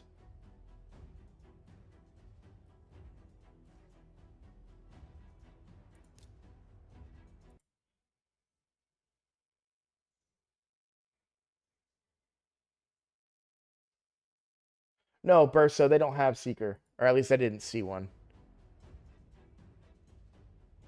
I'm really confused by this team.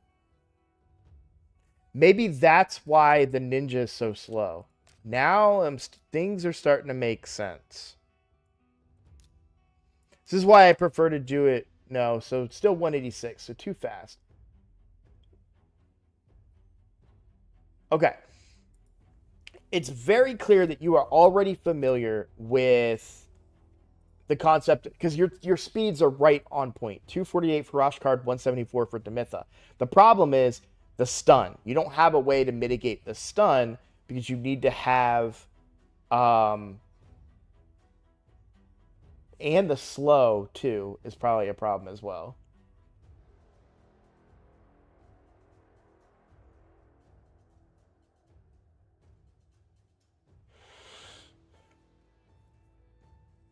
So if you bring either a debuff blocker or a cleanser, that would help. As far as getting more damage out of the team, your ninja needs a full rebuild, and I would go stats over sets heavily over ninja, especially when you consider the fact that I don't know that ninja gains as much power from ignoring the defense as much as others, because he's really all about activating his burns. Like, this is where he gets his damage from. I don't have a ninja. I can't speak to it. I could be completely wrong about that. But ninja does activate his burns when he places them. So I would rebuild ninja much like you built your Rathalos. Make sure you keep him within the speeds that you need him for your speed-tuned team. And then you need to look for...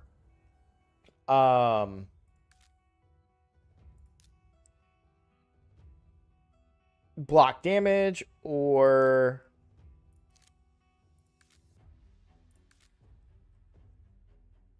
cleansers.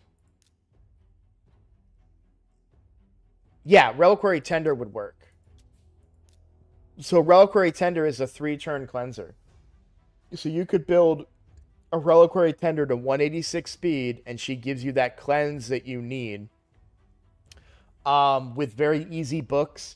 And to be honest, you probably don't even need to level her, because that's her only purpose. And leveling would make it easier to hit the speed goal, right? But 186 speed isn't particularly hard, and you don't need accuracy or anything, just speed. So you could theoretically build a Reliquary Tender to be your 3-turn cleanser and run 2 other DPS at 178 and 177 speed and be good to go. So that would be my recommendation. My recommendation as well for your other damage dealers. Now, this might be an unkillable team and you just don't have any damage. I don't think that's the case, but that might be the case. Because again, if you're running an unkillable team, you don't need Syl of the Drakes. Because Syl of the Drakes is a healer, but unkillable never dies, you don't need a healer. You're rocking Frozen Banshee. Frozen Banshee is a fine option for damage from her poisons, but you're running her. I see what you're doing. You're running the right speeds, but they're not the right champions because you don't have the cleanser. I bet you your Syl is probably going to be...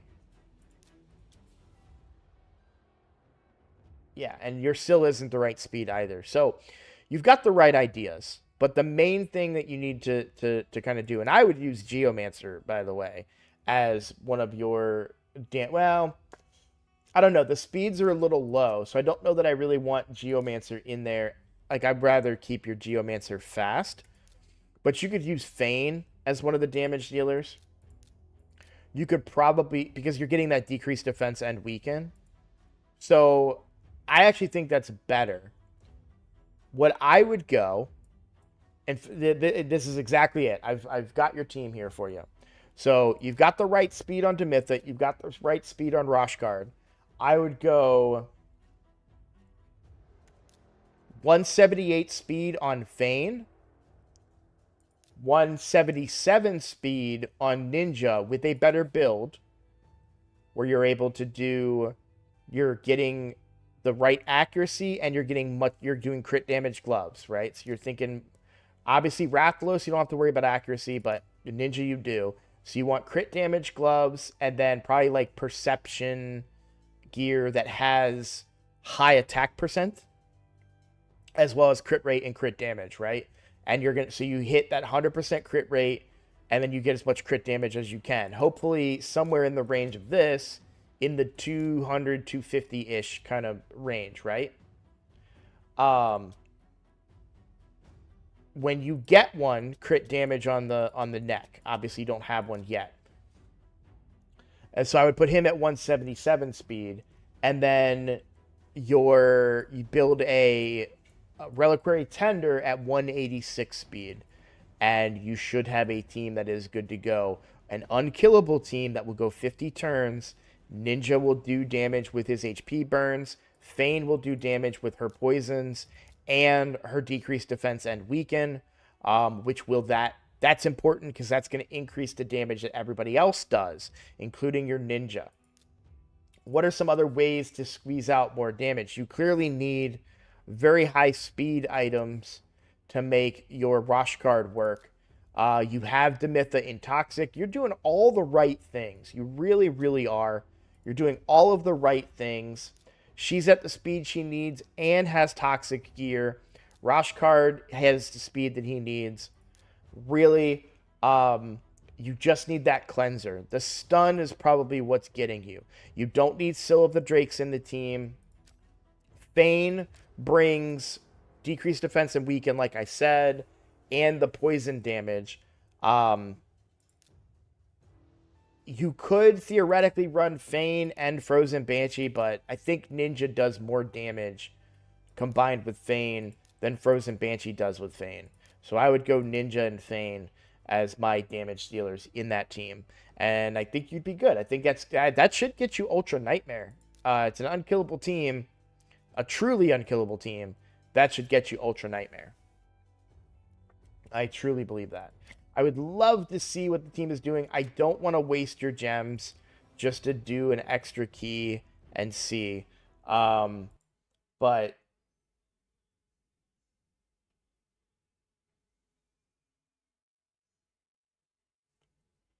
hang on, let me take a look.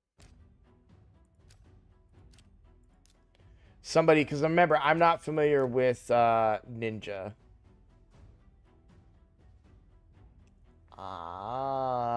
Yeah. Thank you, security boy, for pointing that out. So then, yeah, go Fane, Frozen Banshee.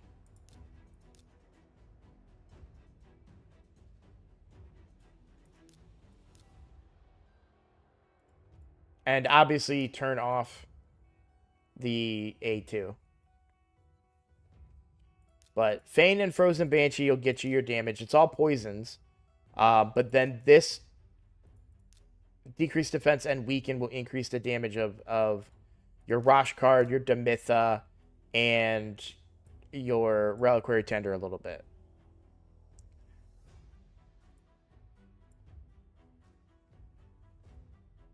Thank you, security boy. I was not familiar with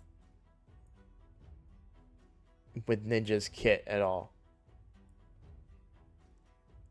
And there's probably still a better damage dealer in here somewhere too.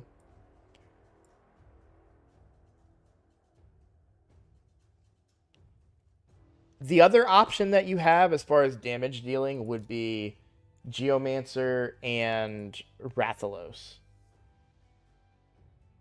But Rathalos does have increased speed here, so that makes it a little bit harder for him to be perfectly tuned.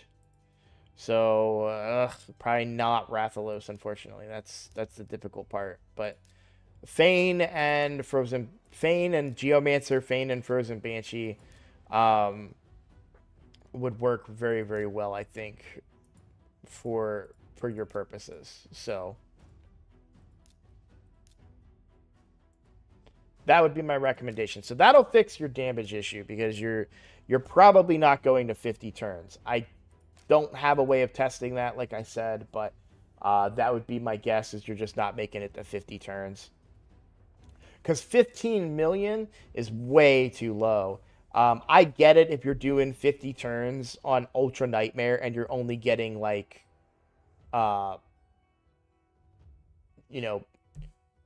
35, 40 million or something like that.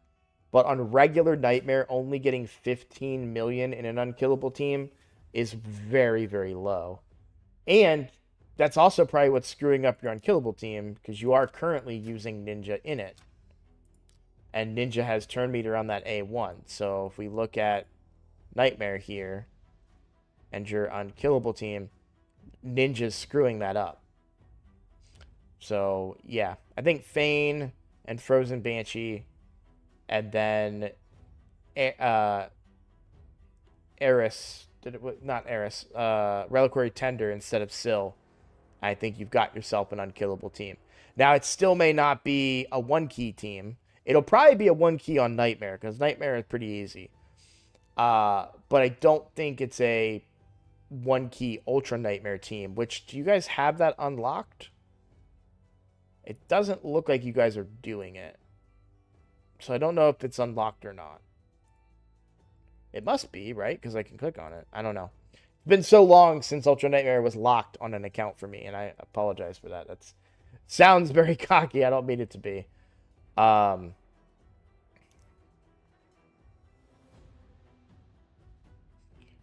you do have the makings of an unkillable team. All right. We've talked enough about Clan Boss. What are we looking at in Arena? What arena are we? Gold 1. Good, good. What arena team do we use? Let's take a look here. So Baron in the lead with Ninja, Roshkard, and Madame Saris. I get the Madame Saris.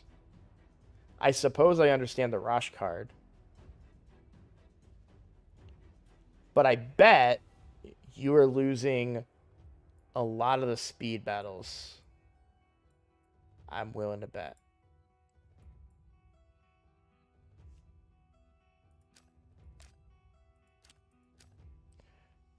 Where are we on Arbiter?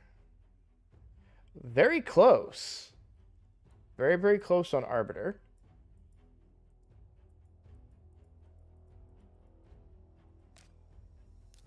Who do we have that?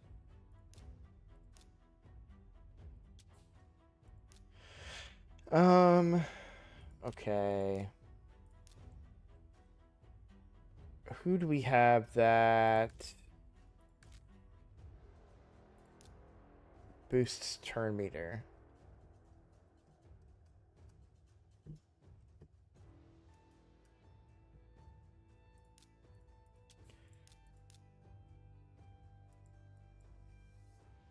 Where's your High Katoon?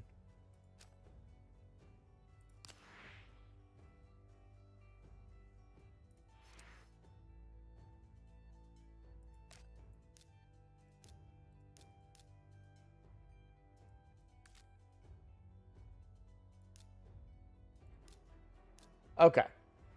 So I recommend High Katoon. Bringing in High Katoon. You have her built and in the vault, by the way.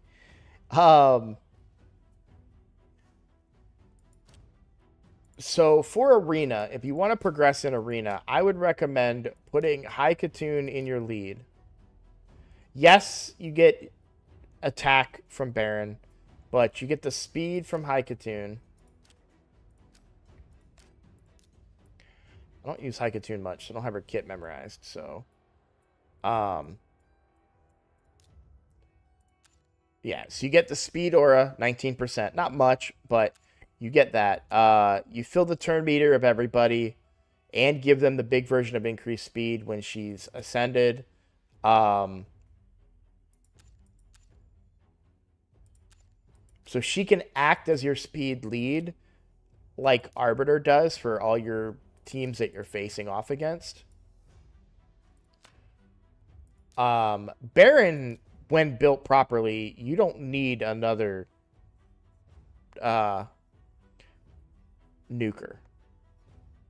Especially with Madame Saris in there, removing all the debuffs.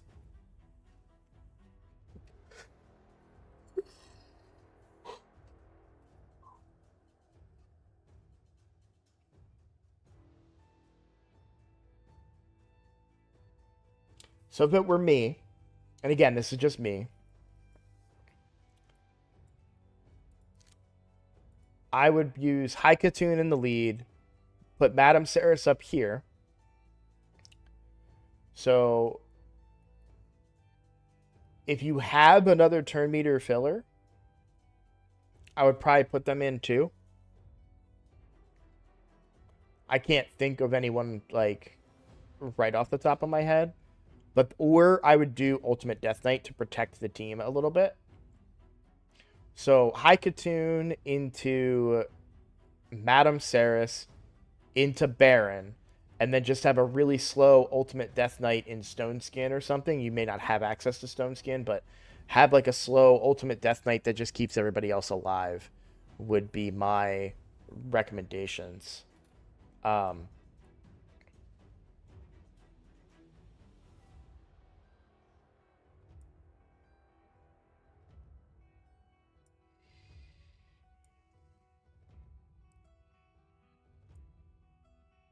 just looking through the roster here, seeing if I can see anything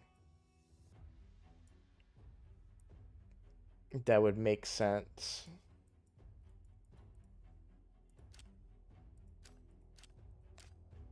Because, like, Deacon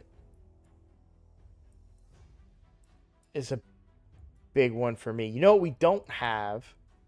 We don't have increase attack if we do that. So who would bring increase attack? Including the vault.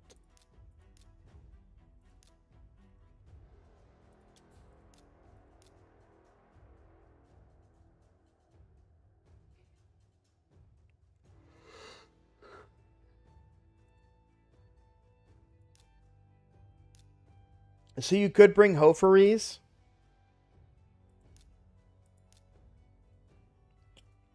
If you really wanted to risk it, you could also lower your Baron's crit rate and use the crit rate off of Hofaries if you wanted to do that. Actually, no, I would go Old Hermit. So I would go High Katoon, super fast, speed into Old Hermit, who gives you turn meter, 20% turn meter fill and increase attack, into Madame Saris, into Baron.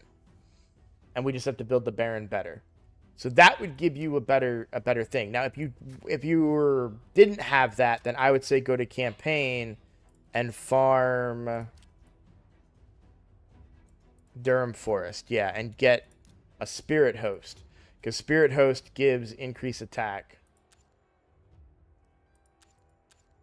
No turn meter, but she does give the big version of increased attack and has a small speed aura, but you've got High Katoon, so you don't need that. So that would be my recommendation for Arena. And, I mean, you've got Baron. Baron, one of the best hitters in the game. You just need to win the speed battle. You're not going to survive the speed battle. So I bet if I was to run against this team, we probably win here. Because I bet we win the speed battle.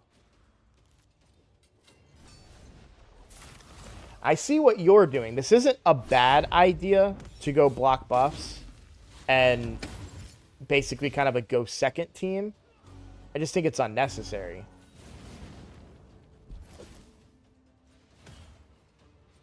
It also doesn't help that you don't seem to have the damage needed. Also, Sun Wukong is in the meta now, so block buffs can only do so much.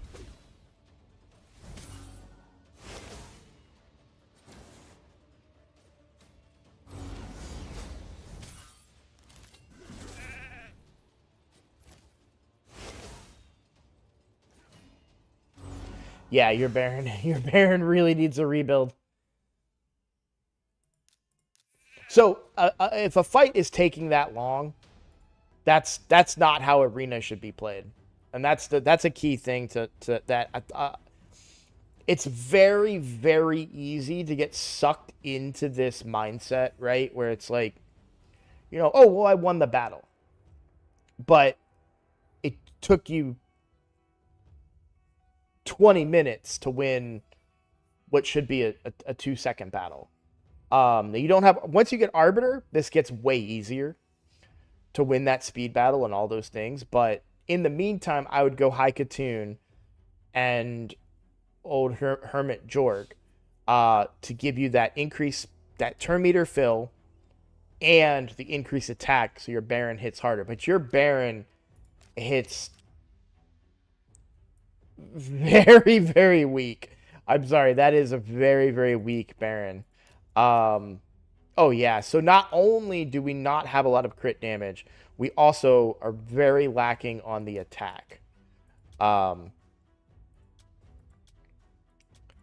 part of that is gear, right? We don't have an attack ring, but Savage, ignoring defense only does so much. If you don't have that base damage amount, then it's not going to make up the difference. So you'll notice I've been talking, if you watch my channel and my free-to-play series, I still don't have any Savage gear to put on my nukers.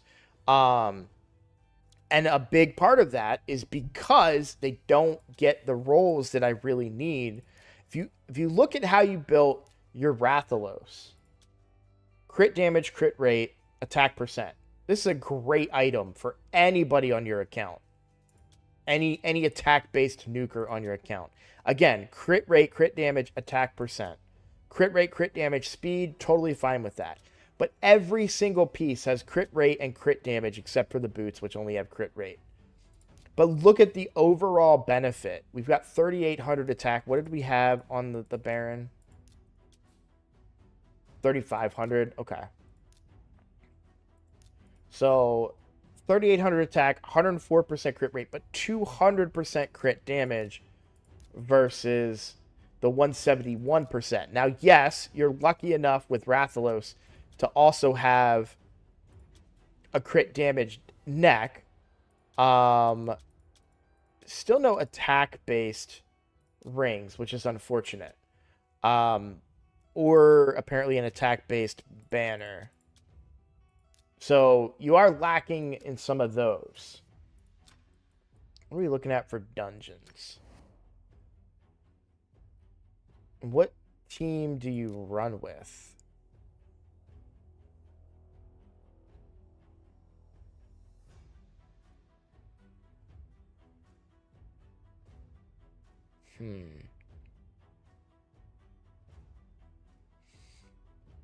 You need to build your Artak as well. I realize I'm giving you like every champion on your account that needs to be built. But if you build your Artak, you can probably solo most of these stage 20. Use that gear that you have on your Ultimate Death Knight, right? Maybe not the boots. Maybe go speed on the boots. But you've got the regeneration gear. You could throw that on your Artak and get him fast. And he should be able to clear a lot of the content kind of by himself. Potentially.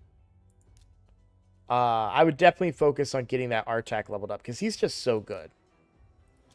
He really, truly is. You've got masteries. You got full masteries on him. I would get him leveled.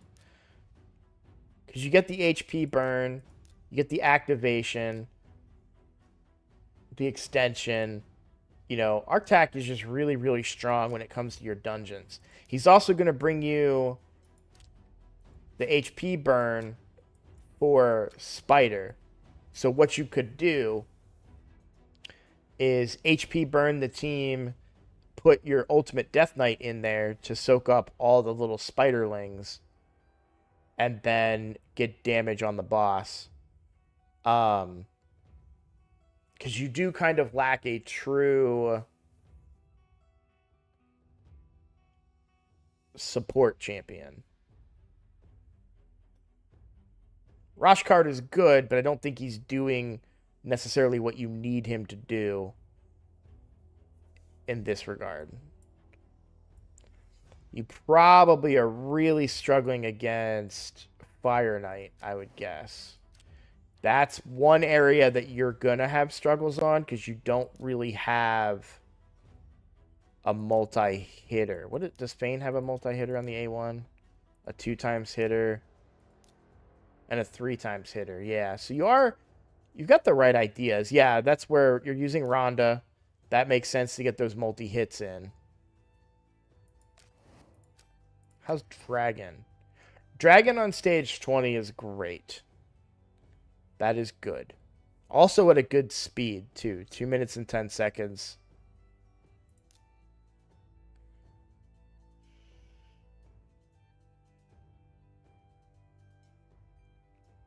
Honestly, you could probably use this team against Clan Boss. Maybe not Baron. You're relying too much on Baron. Baron is a PvP champion. Don't get me wrong, you can use him in PvE, but your Rathalos is not only built better than your Baron, but also better in PvE than Baron is. Furthermore, you could also just go with Geomancer, who is crazy strong against bosses. But I would go, I think Ninja Rathalos is a really good combination here. And Rathalos can do good wave clear. He's not going to clear as fast as probably Baron, but considering the build on your Baron, Rathalos probably hits harder, if I'm being honest. Ice Golem. Artak would solve Ice Golem for you.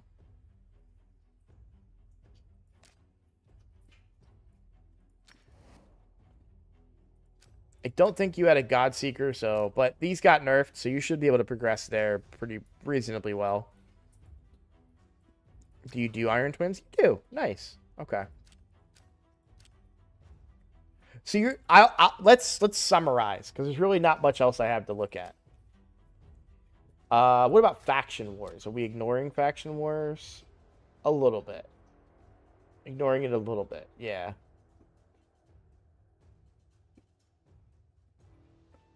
Okay.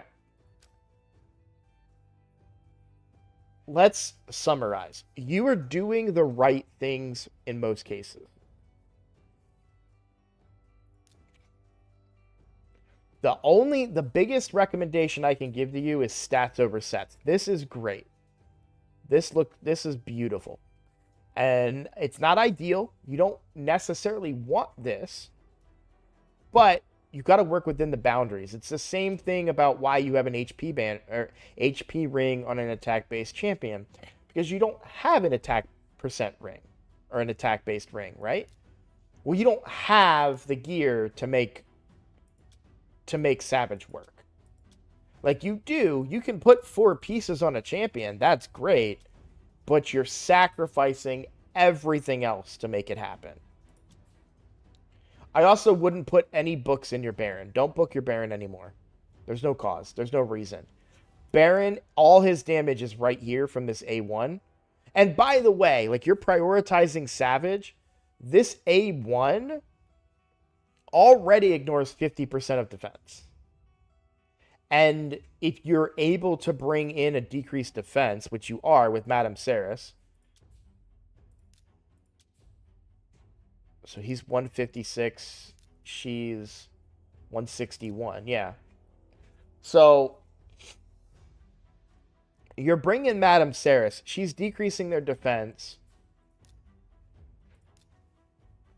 So yeah, you've got decreased defense from Madame Ceres. Well, and then for your Baron, you're ignoring 50% with this ability. So you're getting a ton of defense ignoring. Or defense reduction, I should say. So this is gonna slap. So I wouldn't bother wasting, like, putting bad Savage gear just to get the defense ignore. When if you did proper gear here, you could probably do crit damage on the gloves. And get a better focus of stats here as well. I don't know how much silver you have. And 3.49. I'm not going to play around with your account and build any gear or anything. Let's do... I know what we'll do. Let's do this. That's Ninja. I want Baron. Let's go to the fitting room. And let's go crit damage with crit rate. Not ideal, but I do like the attack percent on here. This is fine. Let's do equipped. Yeah, so your best crit damage gloves are on your Rathalos. But we can work with these. We'll work with these, right? Now, obviously, that would be fully 6-star leveled up, right? You're not going to leave that at plus 12, but... And there's still a chance that you get more crit rate out of it.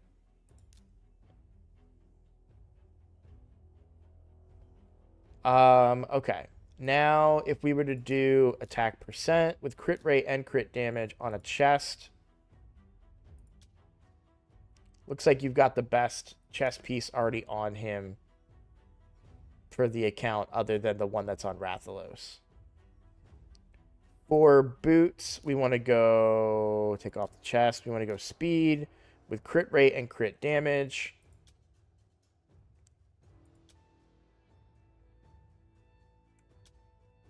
I'll try these on.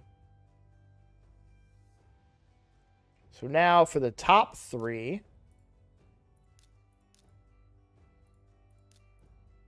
we're looking for crit rate, crit damage, attack percent on the top three pieces here. So your Genbo isn't leveled, and this is a great piece that you're using on a Genbo that you don't use.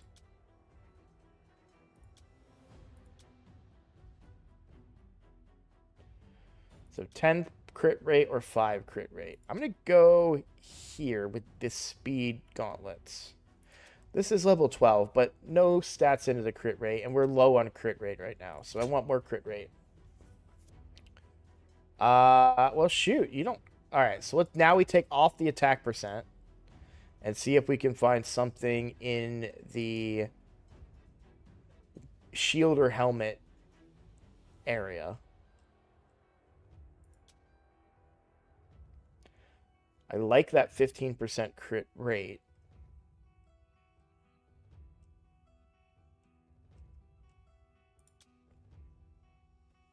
%, crit rate there. Well, let's do it like this. Hide set filters and prioritize crit rate.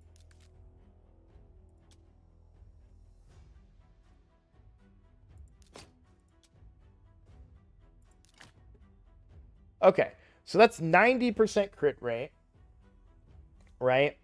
Not ideal. We want to make some of that up somewhere. This could roll again on crit rate. This could roll again on crit rate. This could roll again on crit rate. Well, yeah. So we have a lot of pieces in here that haven't been fully rolled. This is just kind of a theory crafting build for you. But let's look at what we had and what we now have.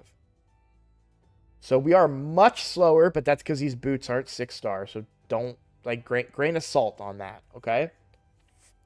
We gained attack percentage. We gained a ton of crit damage. You already weren't fully crit rate. So, but this gives you an idea of what you're looking for, right?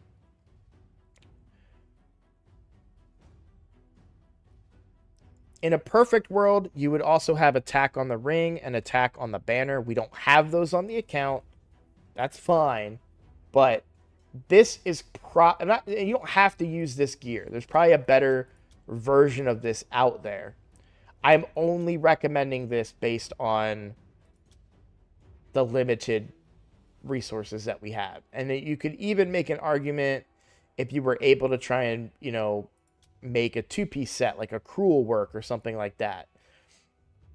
You could try and go that route, but I do wonder if I also include a weapon. Yeah, so this would even get you, this weapon right here would even get you better. So now we're at 97%, 213% crit damage, 36, 26 on the attack. So less, like, not great on the attack, but still looking really good. And this isn't even fully leveled. You know, you don't have any enchants on this piece. You could also, when these get 16, they could get a 4th stat of, not this, but this could get a 4th stat of attack, potentially. Same on this, you could get attack on here. So I could save it as a preset. I'm not going to.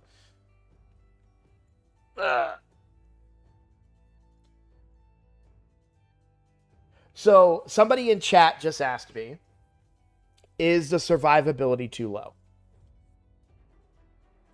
That's not what you're looking for out of a Baron. If you are building a Baron to be surviving, then build a defense-based nuker.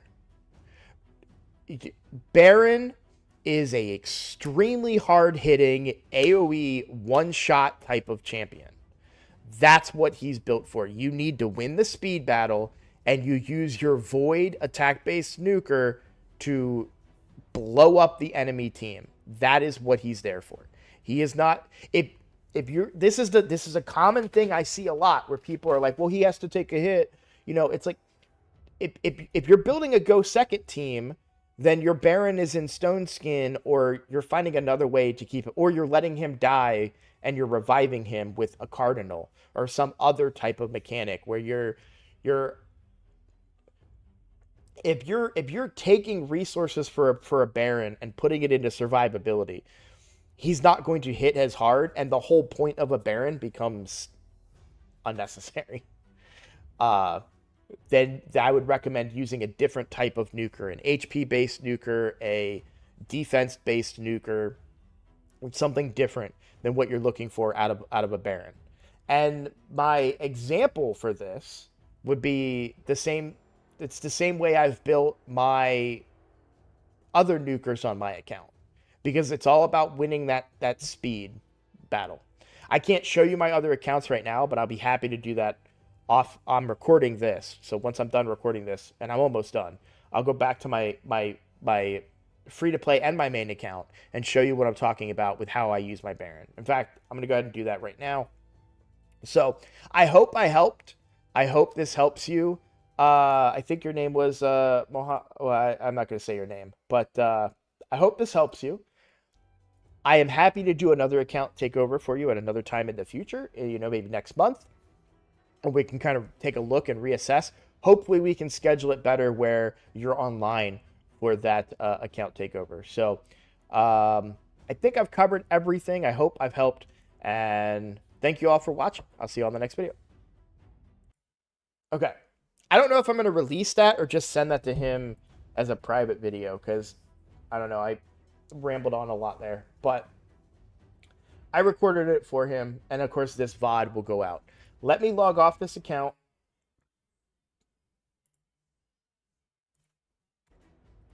And take it out of my thing.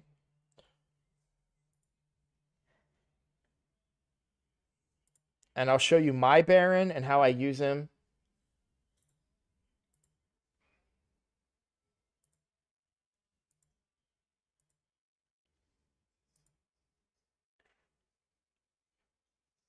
And then I'll also show you my builds on my main account, my free-to-play account.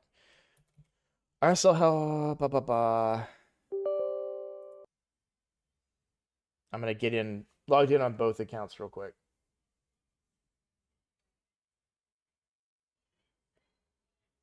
Sharma, did that make sense, though, what I'm saying? Like there are champions that you do want survivability on, but there are also champions that you don't care.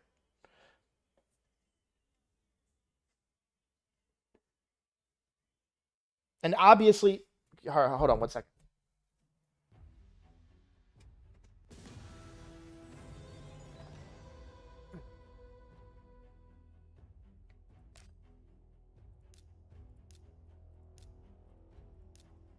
It sounded like my dog was chewing on something, so I got concerned. All right, I'm getting my second account opened real quick, and then we'll be back up and running. I've got about 20 minutes left of streaming before I have to go make lunch for the kiddos. But both accounts are up now. So I don't know if Sharmas, if you're still here, but I do want to show you kind of how I do my Baron on my main account. So on my main account, Arena, Classic Arena. What would be a team? Let me refresh and find a team that I would outspeed potentially. Maybe this team. So I have to use my speed team.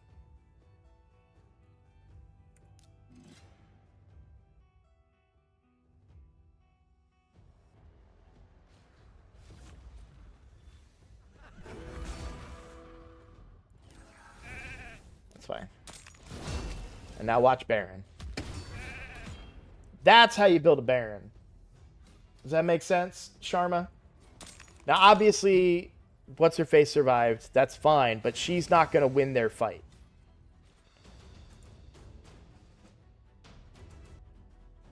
Now, is that team going to work against everything? No. But if you're looking at the level of difficulty, because remember, the game takes into account your own kind of level. Like, it does balance a little bit. So, the teams that I'm also in Gold 5 on my free-to-play, and, like, yes, there's a mythical, but if you look at what I'm facing, this is my main account, like, double mythical teams, right? Lots of red, lots of other stuff. So, if we look here, this is my free-to-play, and I run a speed team. So, like, this team. This is a very tanky team, and this is kind of in line with what you're saying, right? Well, you have to have survivability, you have to have the defense and stuff. I bet you this team has a lot of it, but I should, hopefully, win the speed battle, and then we just have to see if I'm strong enough to kill the team.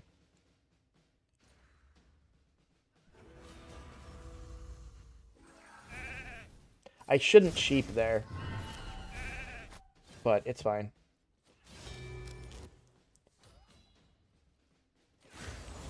What's up, John? How you doing? So that's kind of what you're like.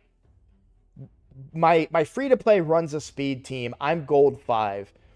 That account that I just took over was Gold 1. If you're looking to run a Gold 1 Baron, speed is the way to go. They don't have Arbiter yet, but they could go with High Katoon and win that way. That their Baron should not be taking a hit. The same way that my Yakaro and Sun Wukong shouldn't be taking a hit in this team that I've built. And the funny thing is, like, his team was different than mine because I actually no longer use decreased defense, which he did. He had Madame Ceres decreasing the defense of the enemy team. That's totally fine. That's a viable strategy, but I actually prefer this team given the current state of the meta and how hard Baron hits. I don't really need decreased defense. That was a bad polymorph, but...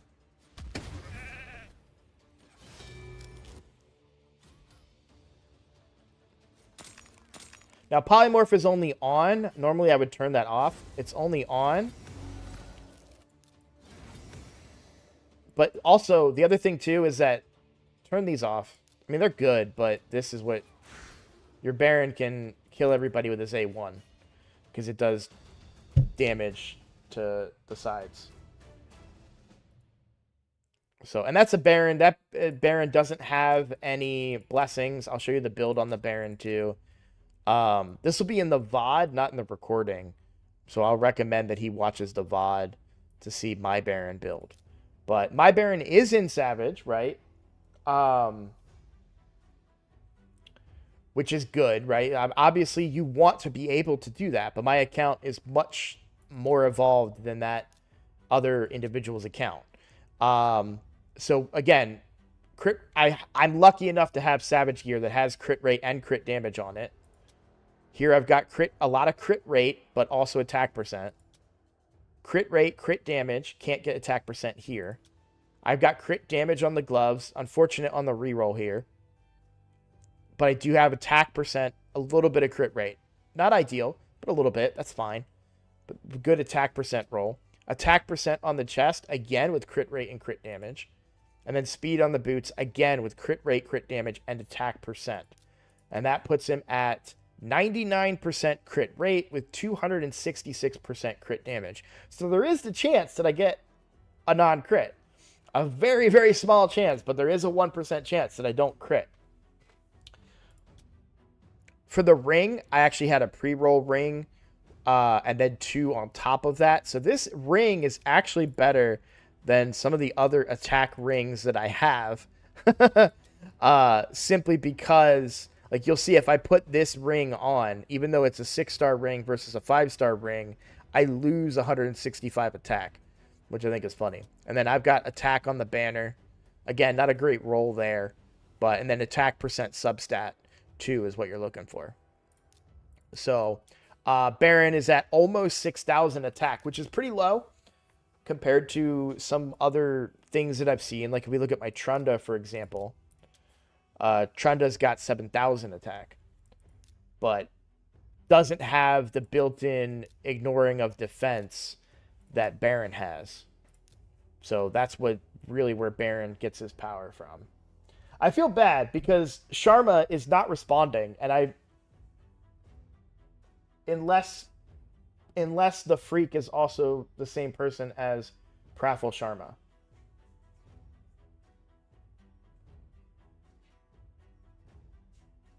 Built your Iron Brago around 5, but that doesn't hit much. Oh, you thought for a moment that he needed attack percent? Gotcha. I've had that, man, boy. So I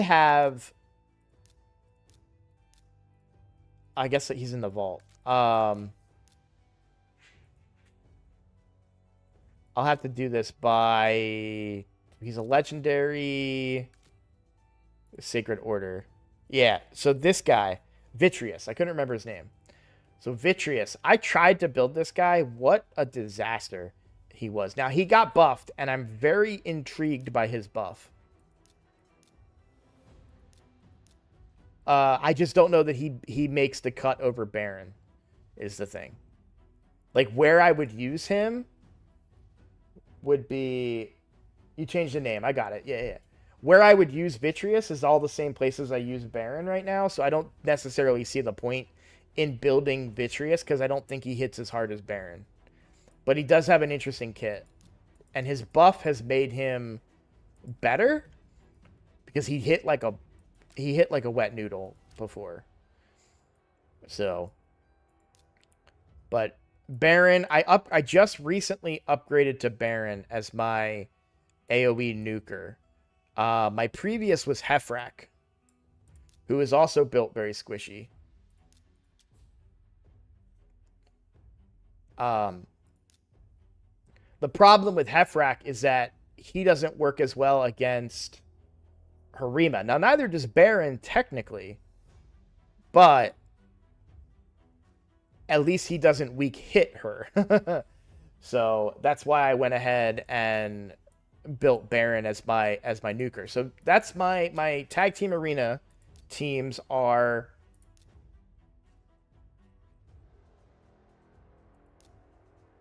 my speed team that you just saw.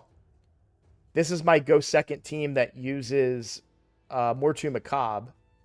And then this is another go second team that uses Rhodos.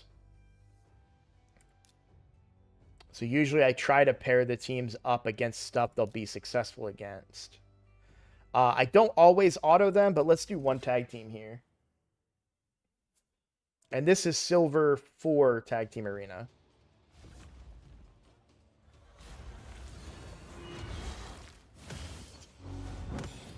I've got a super slow UDK in Stone Skin.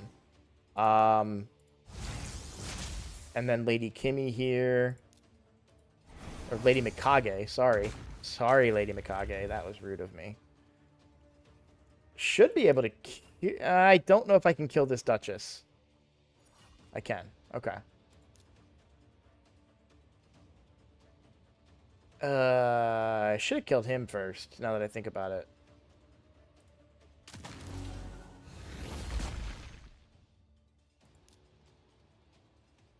I don't even know how I just got an extra turn there. A little confused by that, to be honest, but...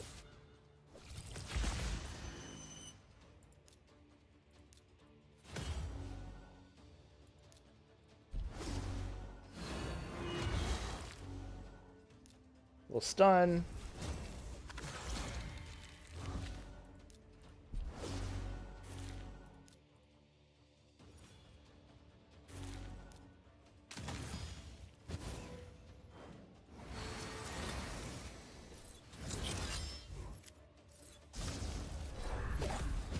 Yeah. So, Tormund didn't get enough off there. That team relies a lot on Tormund.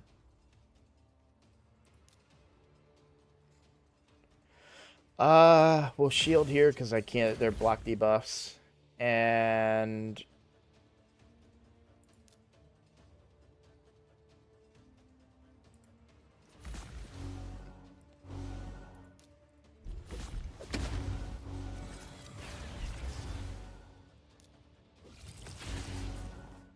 I know they're still under block debuffs, but I got to do something there.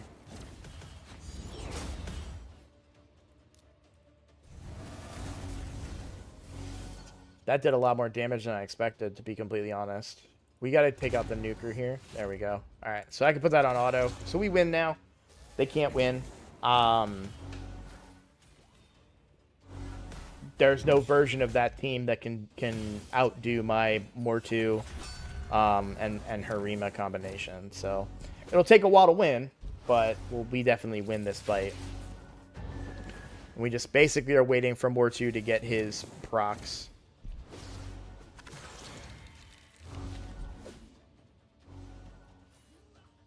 Or Harima to whittle down their defense over time.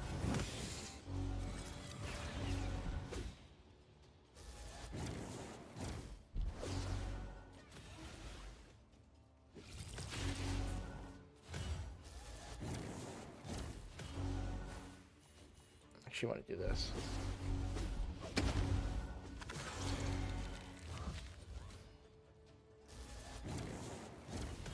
Yeah, you can see UDK's defense is already pretty down. Unfortunately, I'm not getting the procs on Mortu, which is kind of frustrating. Because Mortu can easily just kill both of these in one hit. But Harima does Harima things, and now we just have to get through Vogoth. And he's got an AoE ability, so he'll more than definitely will trigger.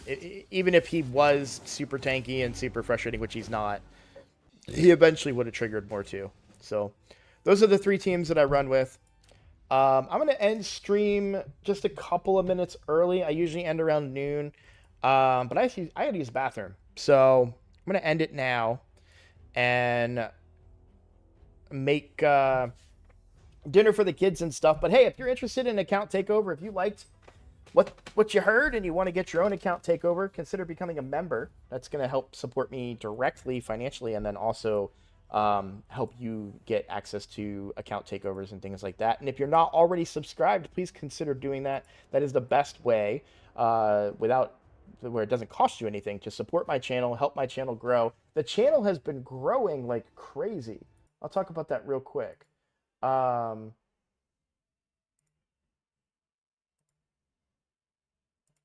go back a thing. So yeah, we're already, like, there was a time where I was just at like 1,000. It felt like I couldn't hit 1,100, and then I blew past that. I went from like 1,080 to like 1,120. So we have gained a lot of subscribers in the last couple of days. So that's been awesome. Very, very happy for that. Really excited about this.